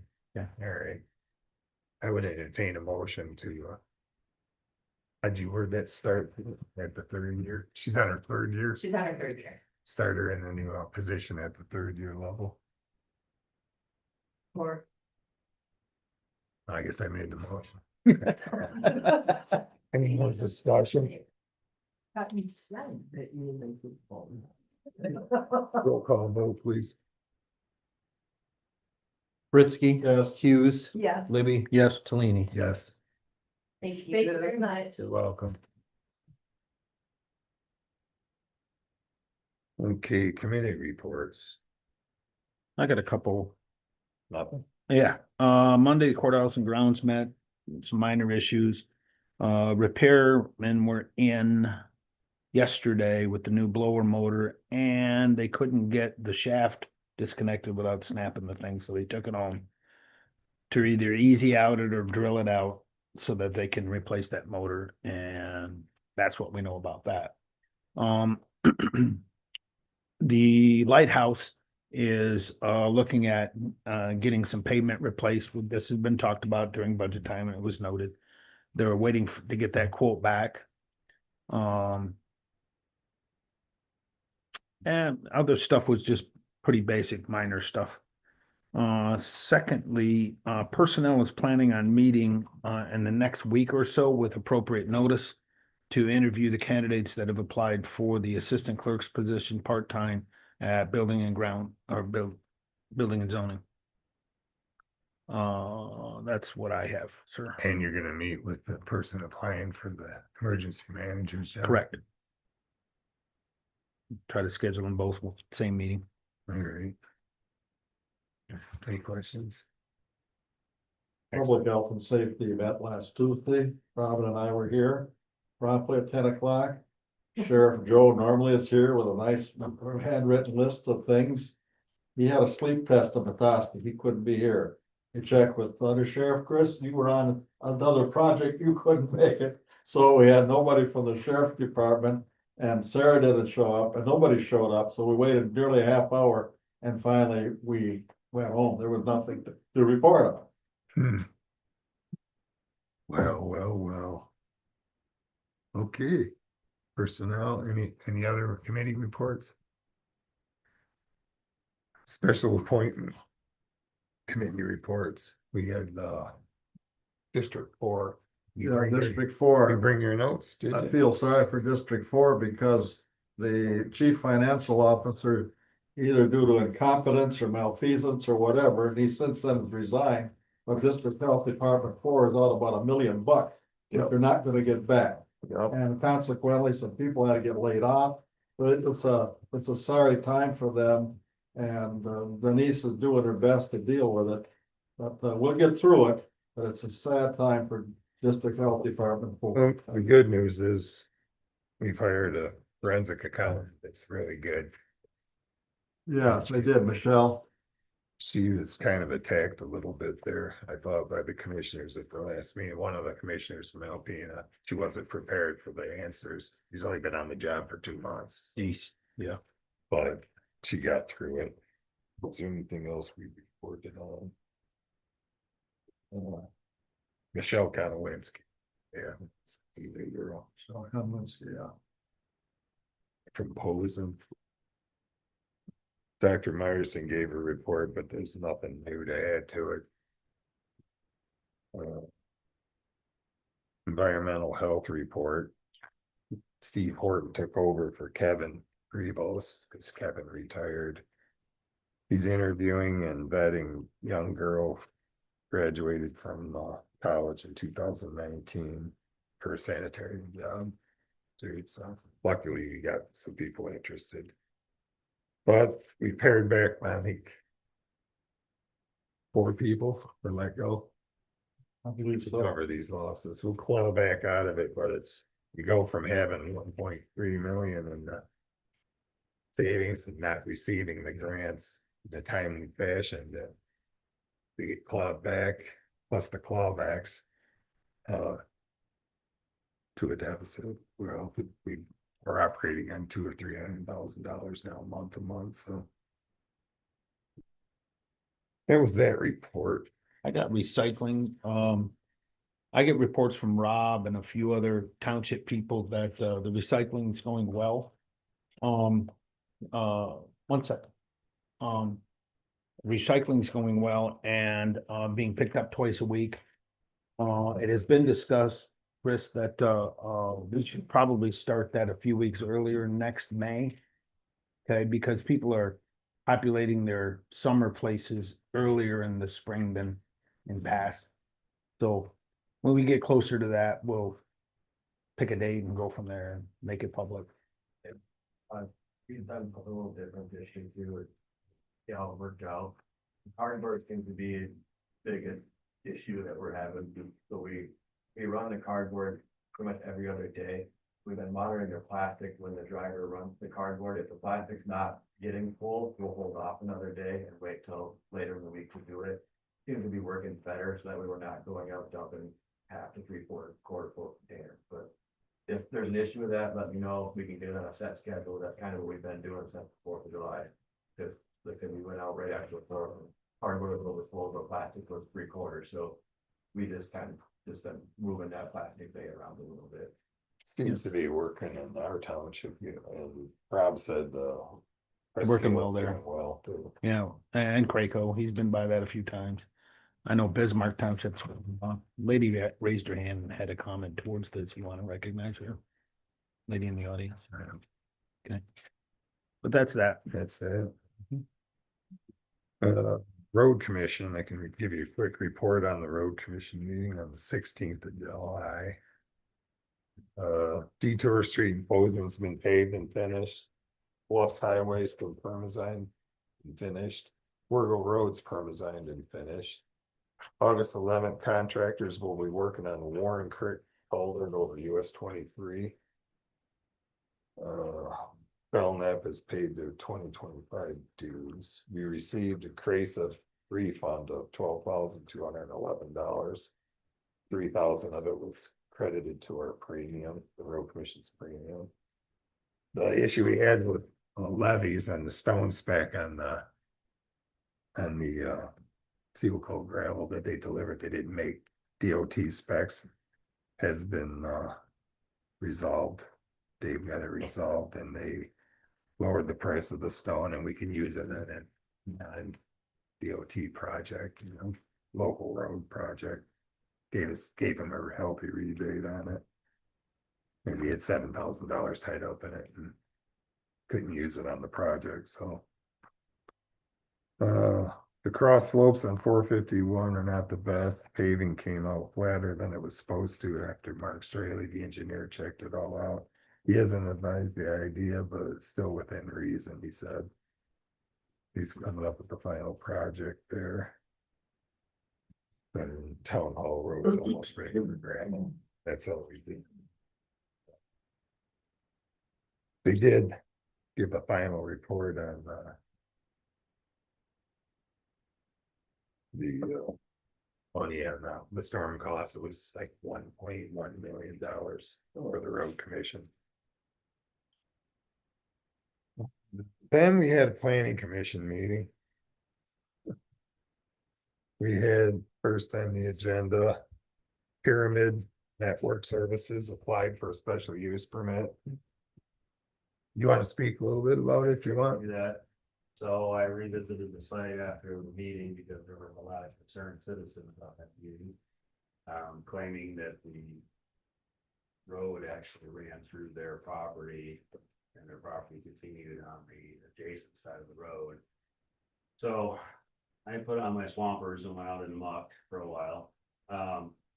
They are within fall distance of the property line of the front of the lease property. They're 240 feet roughly from the center of the tower. There is a question from the front property line of these properties to the roadside edge of 21 feet 6 inches. That is pinned by a surveyor. And then there's a 21-foot gravel road. So I believe that that 21 feet 6 inches possibly belongs to the resident directly across the street and not people who were claiming it was their property. So we need a clarification on, do we mandate Pyramid to have that adjacent property surveyed to verify that that is their property line? Or is that a right-of-way easement? I don't know where to go with this at this point. Yeah, I think we told him at the meeting, he claimed they did a survey, but. And you found the pins when you went out Yeah, there. they, when I visited the property initially, there were no pins, it wasn't staked, it was just a field with trees in the middle of it. When I went out there on Friday following the planning commission meeting, there are now stakes and pins. The stakes on the roadside edge appear to have been slightly weathered, so I'm gonna say probably within about a week of the planning commission meeting, it was staked. Let's see. You can still read the markering on the stakes, but there was some slight running from the rain we got a couple days before the planning.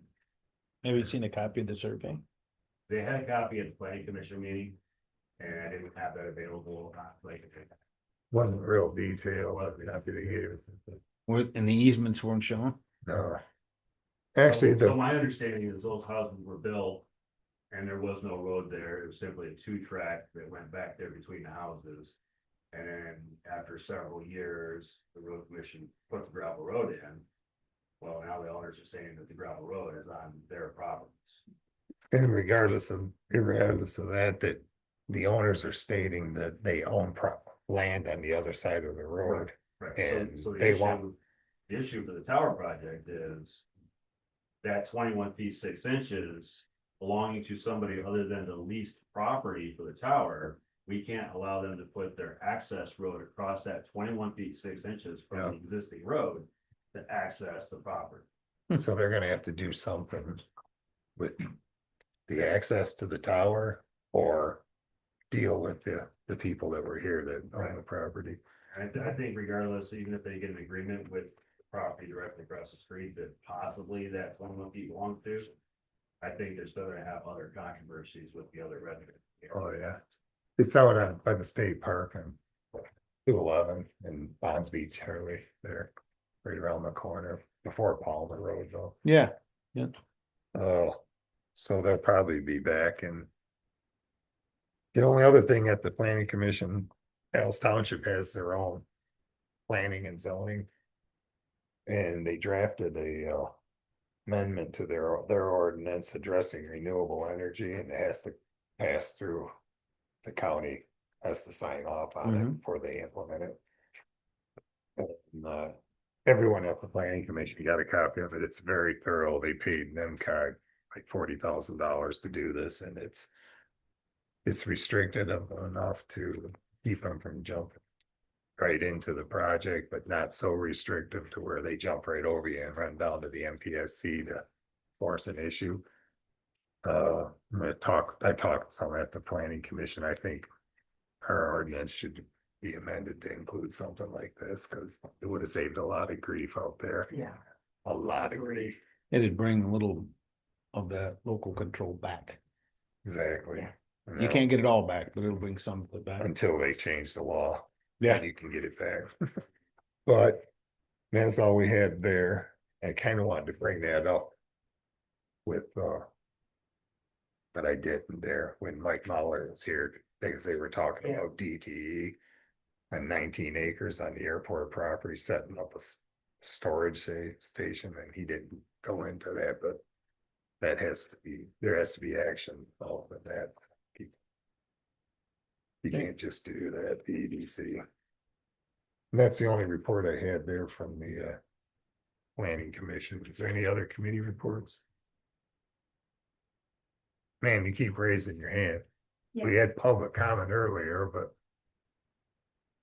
didn't know when I was supposed to speak. at public comment, What are we about? Hazardous waste pickup in this county. Contact your township, hazardous waste, township officials. Paint cans, other kind of chemicals. that's that's usually, like you said, with the township government, what township are you in? Pulaski Township. Pulaski, you'd have to go to the Pulaski Township meeting and ask them what they're gonna do to address it. There's nothing countywide we're doing, no program countywide. Sorry. And that's the special appointments. Good. Commissioners' comments? Comments? I do have something I wanna say, and not just as a citizen. I went to the city meeting last week, and I spoke up on the city and the direction that everything is taking, and years ago, everybody was moving in here to have peace and quiet. And the way I explained it is the boomers are moving home now, and we don't want peace and quiet, we want life to come back. And we have people speaking on like the playground equipment falling apart, and they are looking into fixing that, they've got a grant for that. I mentioned a splash pad would be great for kids. Would it be a liability? Yes, but so was sending kids swimming in a public beach that doesn't have a lifeguard. And they were in agreement with that, and then I met with Mayor Scott the following day and agreed to work with him on trying to see, what are we gonna put in that Brooks? I said a microbrewery would be great, not in competition with cannabis, but in conjunction with it. Let's talk to these people, let's fill these buildings up, let's put something for everybody. You know, a microbrewery is only good till about 10, 11 o'clock, it's not a bar, it's not something that goes all day long. But it is something that's very popular. And a lot of small cities, like I mentioned, like Ann, Michigan has two of them right on their main street. It's half the size of our main street. They have two of them and they're busy all the time. It gives people something to do and it adds life back into the community. And I think that we need that. I mean, we have fought everything that wanted to come in here to the point where we don't even have a hospital anymore. We have nowhere to go on weekends if we get to that.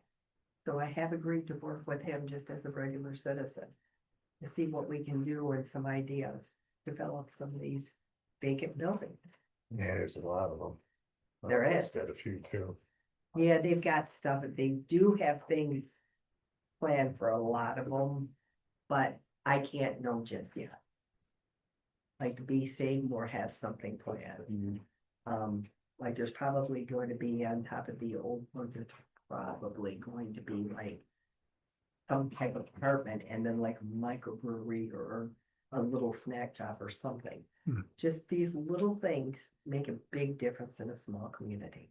Oh, yeah. I had one comment, working with the building and zoning department as much as I have. They're in the process of making changes and for instance, our building official and inspector has attained the licenses we've asked of him and done a great job. Compliment deserved. And bringing that office up automation wise to the 21st century is kind of in process. So, and along with that comes kind of a question. His proposal to be able to apply for permits online and make payments online saves the contractors time and energy. And they don't have to make a special drive from Presque or Onaway or wherever to take the time to fill out the permit thing, do it online. If everything's there, they can get approval immediately, print their own copy, and away they go. Would streamline the office, bring it up to speed, process happens in a much more efficient manner.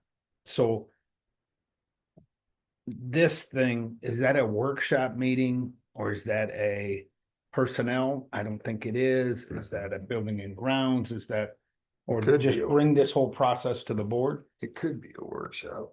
Well, I can go over a few extra details too, so it kind of makes a little more sense. I've had a couple of emails with Val, and we're gonna be talking more, because we need to kind of figure this out based on an existing credit card system the county is currently using. And if it's compatible, it'd be great. But after speaking with BSNA, basically it's a cloud-based program, but it's a website-based portal that they're proposing. What this is every resident in the county, any contractor who wants to work in the county, they can apply for a username and password for this portal. So what they'd be able to do is they'd be able to log in and would ask them, what do you want to do? Apply for a permit. Click the applicable permit. I want a building permit. I'm building a deck. This is the square footage of the deck. Upload documents, PDF file their documents, goes right into the portal. And then when they click submit, we get a notification. Kathy does the initial intake, reviewing the appropriate information, make sure we know what's going on. She'll send it over to me for review. Once I approve the review, then she sends them a request to make the payment. Once they make the payment, that payment immediately would post to the permit. Now, we would wait, I think it's 48 hours for the deposit to be made into our account. But that payment would automatically post to the permit, to where once that payment was made, it comes back to my office with a notification. We click issue permit, boom, permit's out, it's done. So what that does, so since June 1st, we've issued approximately 75 building permits. Okay, with that 75 building permits comes all the applicable zoning permits, soil erosion, electrical, plumbing, mechanical, all that. So close to 400 permits that went out of my office since June 1st. Each permit uninterrupted timeline takes Kathy about 35 to 45 minutes to process a stack of paperwork, get everything in, and the permit cannot be issued through BSNA until that payment has been posted in BSNA. So now she's got, if we got contractor who sent a permit packet in and it's been processed, it's put on hold pending a payment. We're waiting for them to mail in because maybe the contractor's out of Alpena or out of Traverse City or even further south in some cases.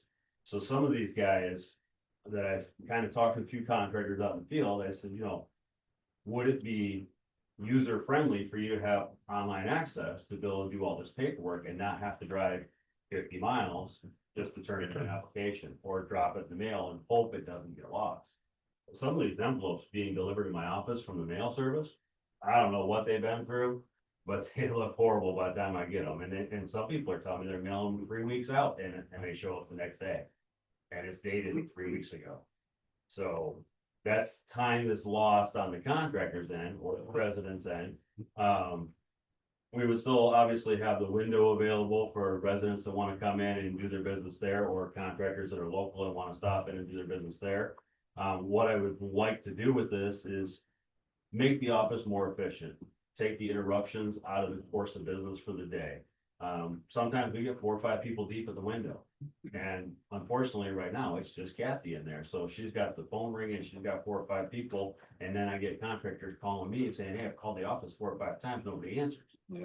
Well, she can't pick up the phone when she's got people at the window. It'll alleviate some of the contractors, but It'll alleviate People- a lot of the. there's still gonna be people We're still coming gonna in, have people coming to the window. because We they're are- not gonna use We it. are in the process of retraining the general population that we're not there to design their project. We're not there to build it for them.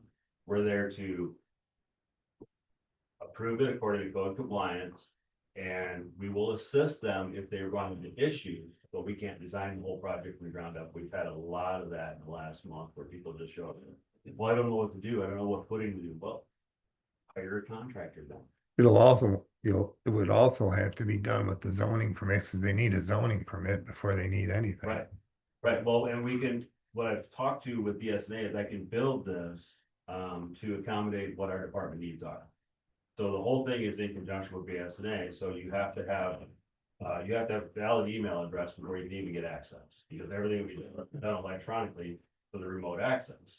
So when you want to apply for a zoning permit, then you click zoning.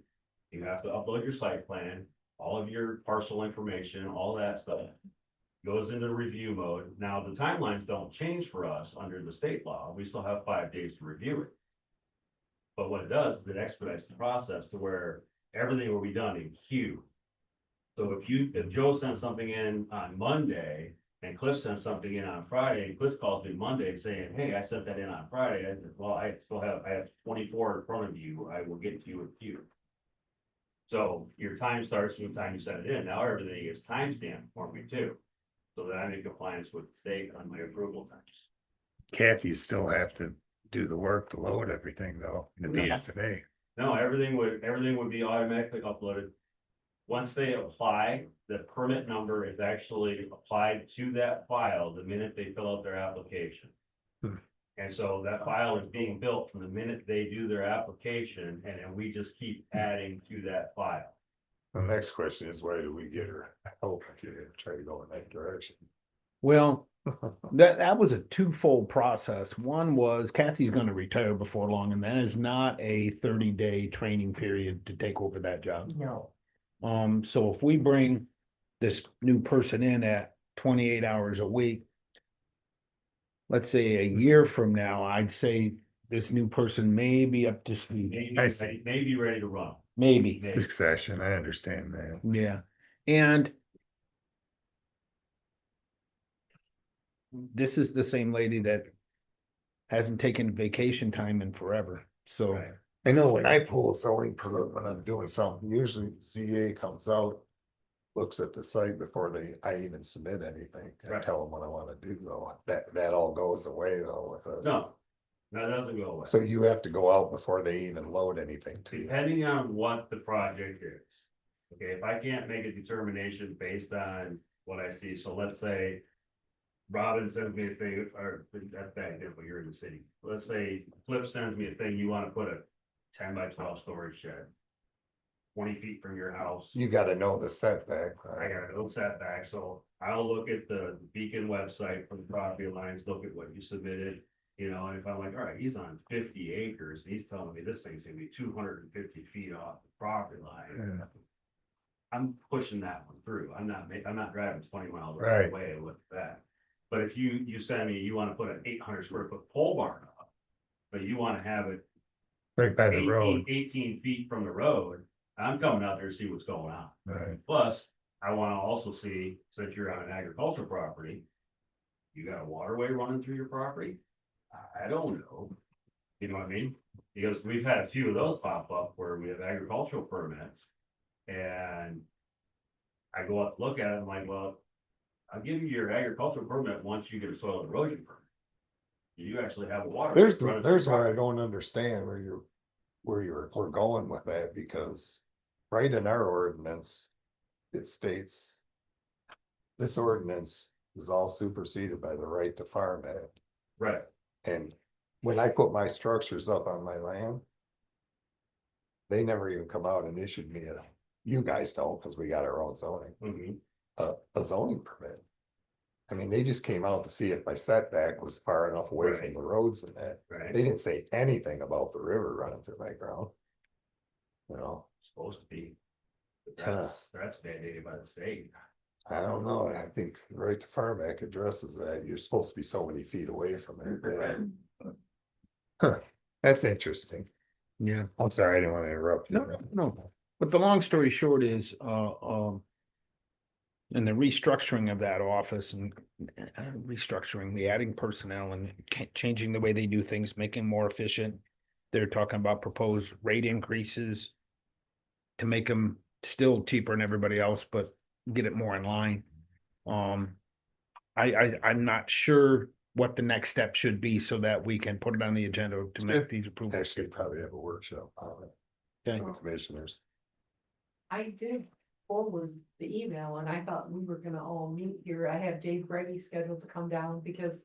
Today, and- Yeah, after, you know, I mean, this would be like a department head meeting, but if you, you know, because, but your proposal also has cost and well, the at thing, some point you have to get approval for that. nothing can be decided at the workshop, but it Well, can be right. discussed, but what I'm saying, But if it's, BSNA proposal, what, how much does that cost?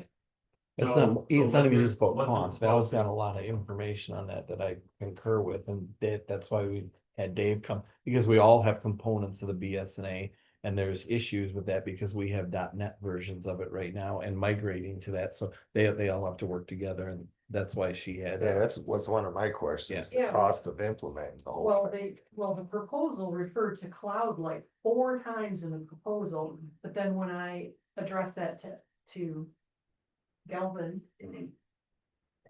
What is it? Andrew Galvin, okay, Andrew Galvin, he said it's not cloud. No.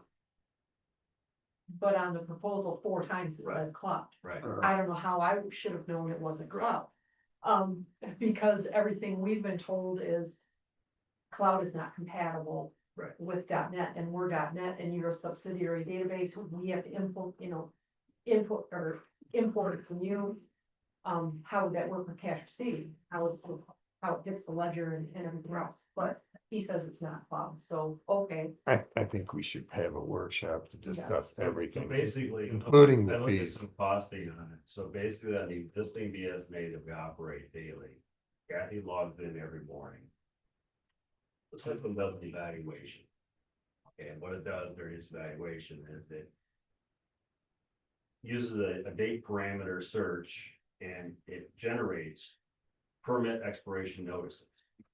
Okay, these all, and so what that is any permit expiring within 30 days, the system generates this. So Kathy has to print those out, put them in an envelope, mail them out. Put them on, so. The average works out to about 5 of them a day. Sometimes it's more, sometimes it's less, depends on how many were entered in that day.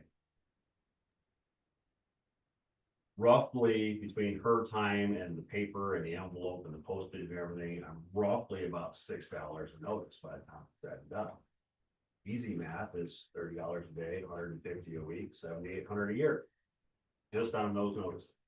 Okay, now if we had the online system, we could do an automatically generated email. That we didn't even ever have to touch. So what they proposed to me was it's a little bit north of $5,000 a year for the annual fee. With no other hidden fees, and that's what they stated to me multiple times. There would also come with a full-time support staff that I could, if I needed to make a change and add a checkbox for something, or I needed to delete something, or I had a fee schedule increase going in there. I could just send support an email. They would make the correction, good to go, with no secondary billing like we get from 1010, you know, I pick up the phone, they bill me for 15 minutes. With that, they also gave us a proposal to, once they build the entire system before it goes live, that they would come to my office for 3 days and fully train my entire office on every in and out of everything on that portal. So that way, if, you know, a resident called, they were having issues, we understood what they were doing wrong, we could talk them through it. So there is a one-time setup and training fee, I think it was like $4,500. But we can, if we can reduce the training down to 2 days, they'll only bill us for 2 days. If we can reduce it down to a day and a half, they'll only bill us for a day and a half. Well, we can discuss that, you know, The workshop. workshop. So Also address the, I think it's a good thing to think about, to move forward, because it's gonna make things more efficient in the sense that I won't have paper that I'm buying simply to, at the end of the day, take it to the shredder. Because that's what's happening with every piece of paper that comes in that office. the key to the whole thing is what percentage of people are gonna use it. And if you only got 30%, 40% of the people, and they're all contractors using it, then it's really not a feasible deal. But we can discuss that at the future workshop here right away, Yeah, and also the fee increases, because if the building and zoning is actually funding itself and supporting itself, I don't know why have to raise fees again this year. Well, just for the sake of raising them. Well, it's not just those big raises, some of them are necessary, but to be honest with you.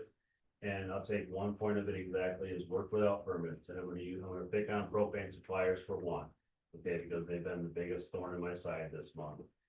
So on new construction, I require a permit for a propane tank stack.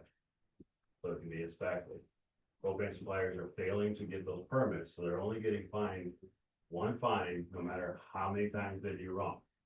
Okay, so for a company of that stature, they're like, $150. They turn around, they do it again. Well, yeah, I mean, $150. we could address them problems and raise them, So I raise did, them in all. my fee increase, I did create a tiered plan for that, first, second, third offense.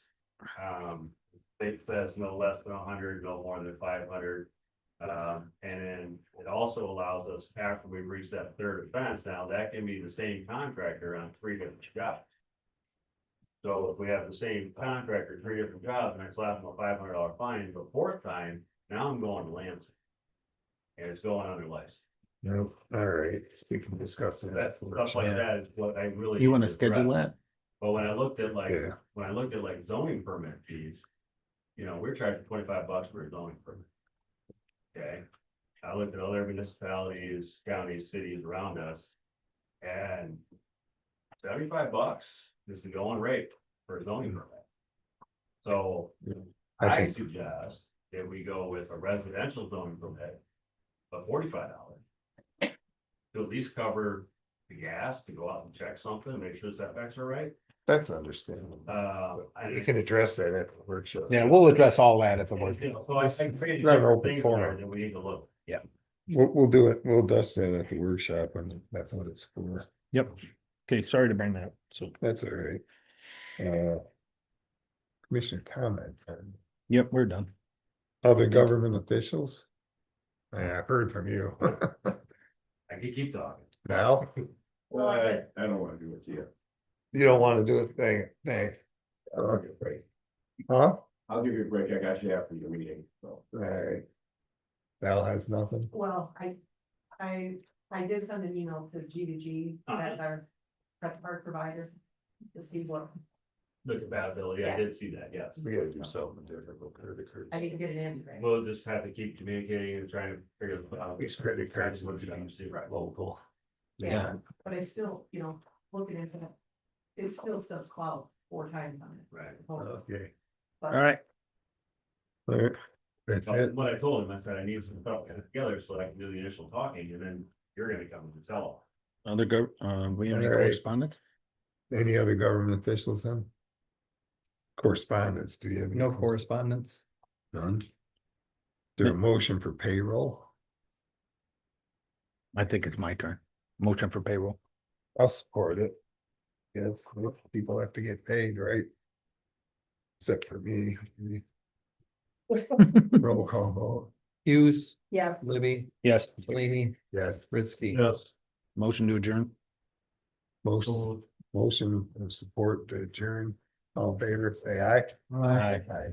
Adjourned at 11. I guess 34. Okay.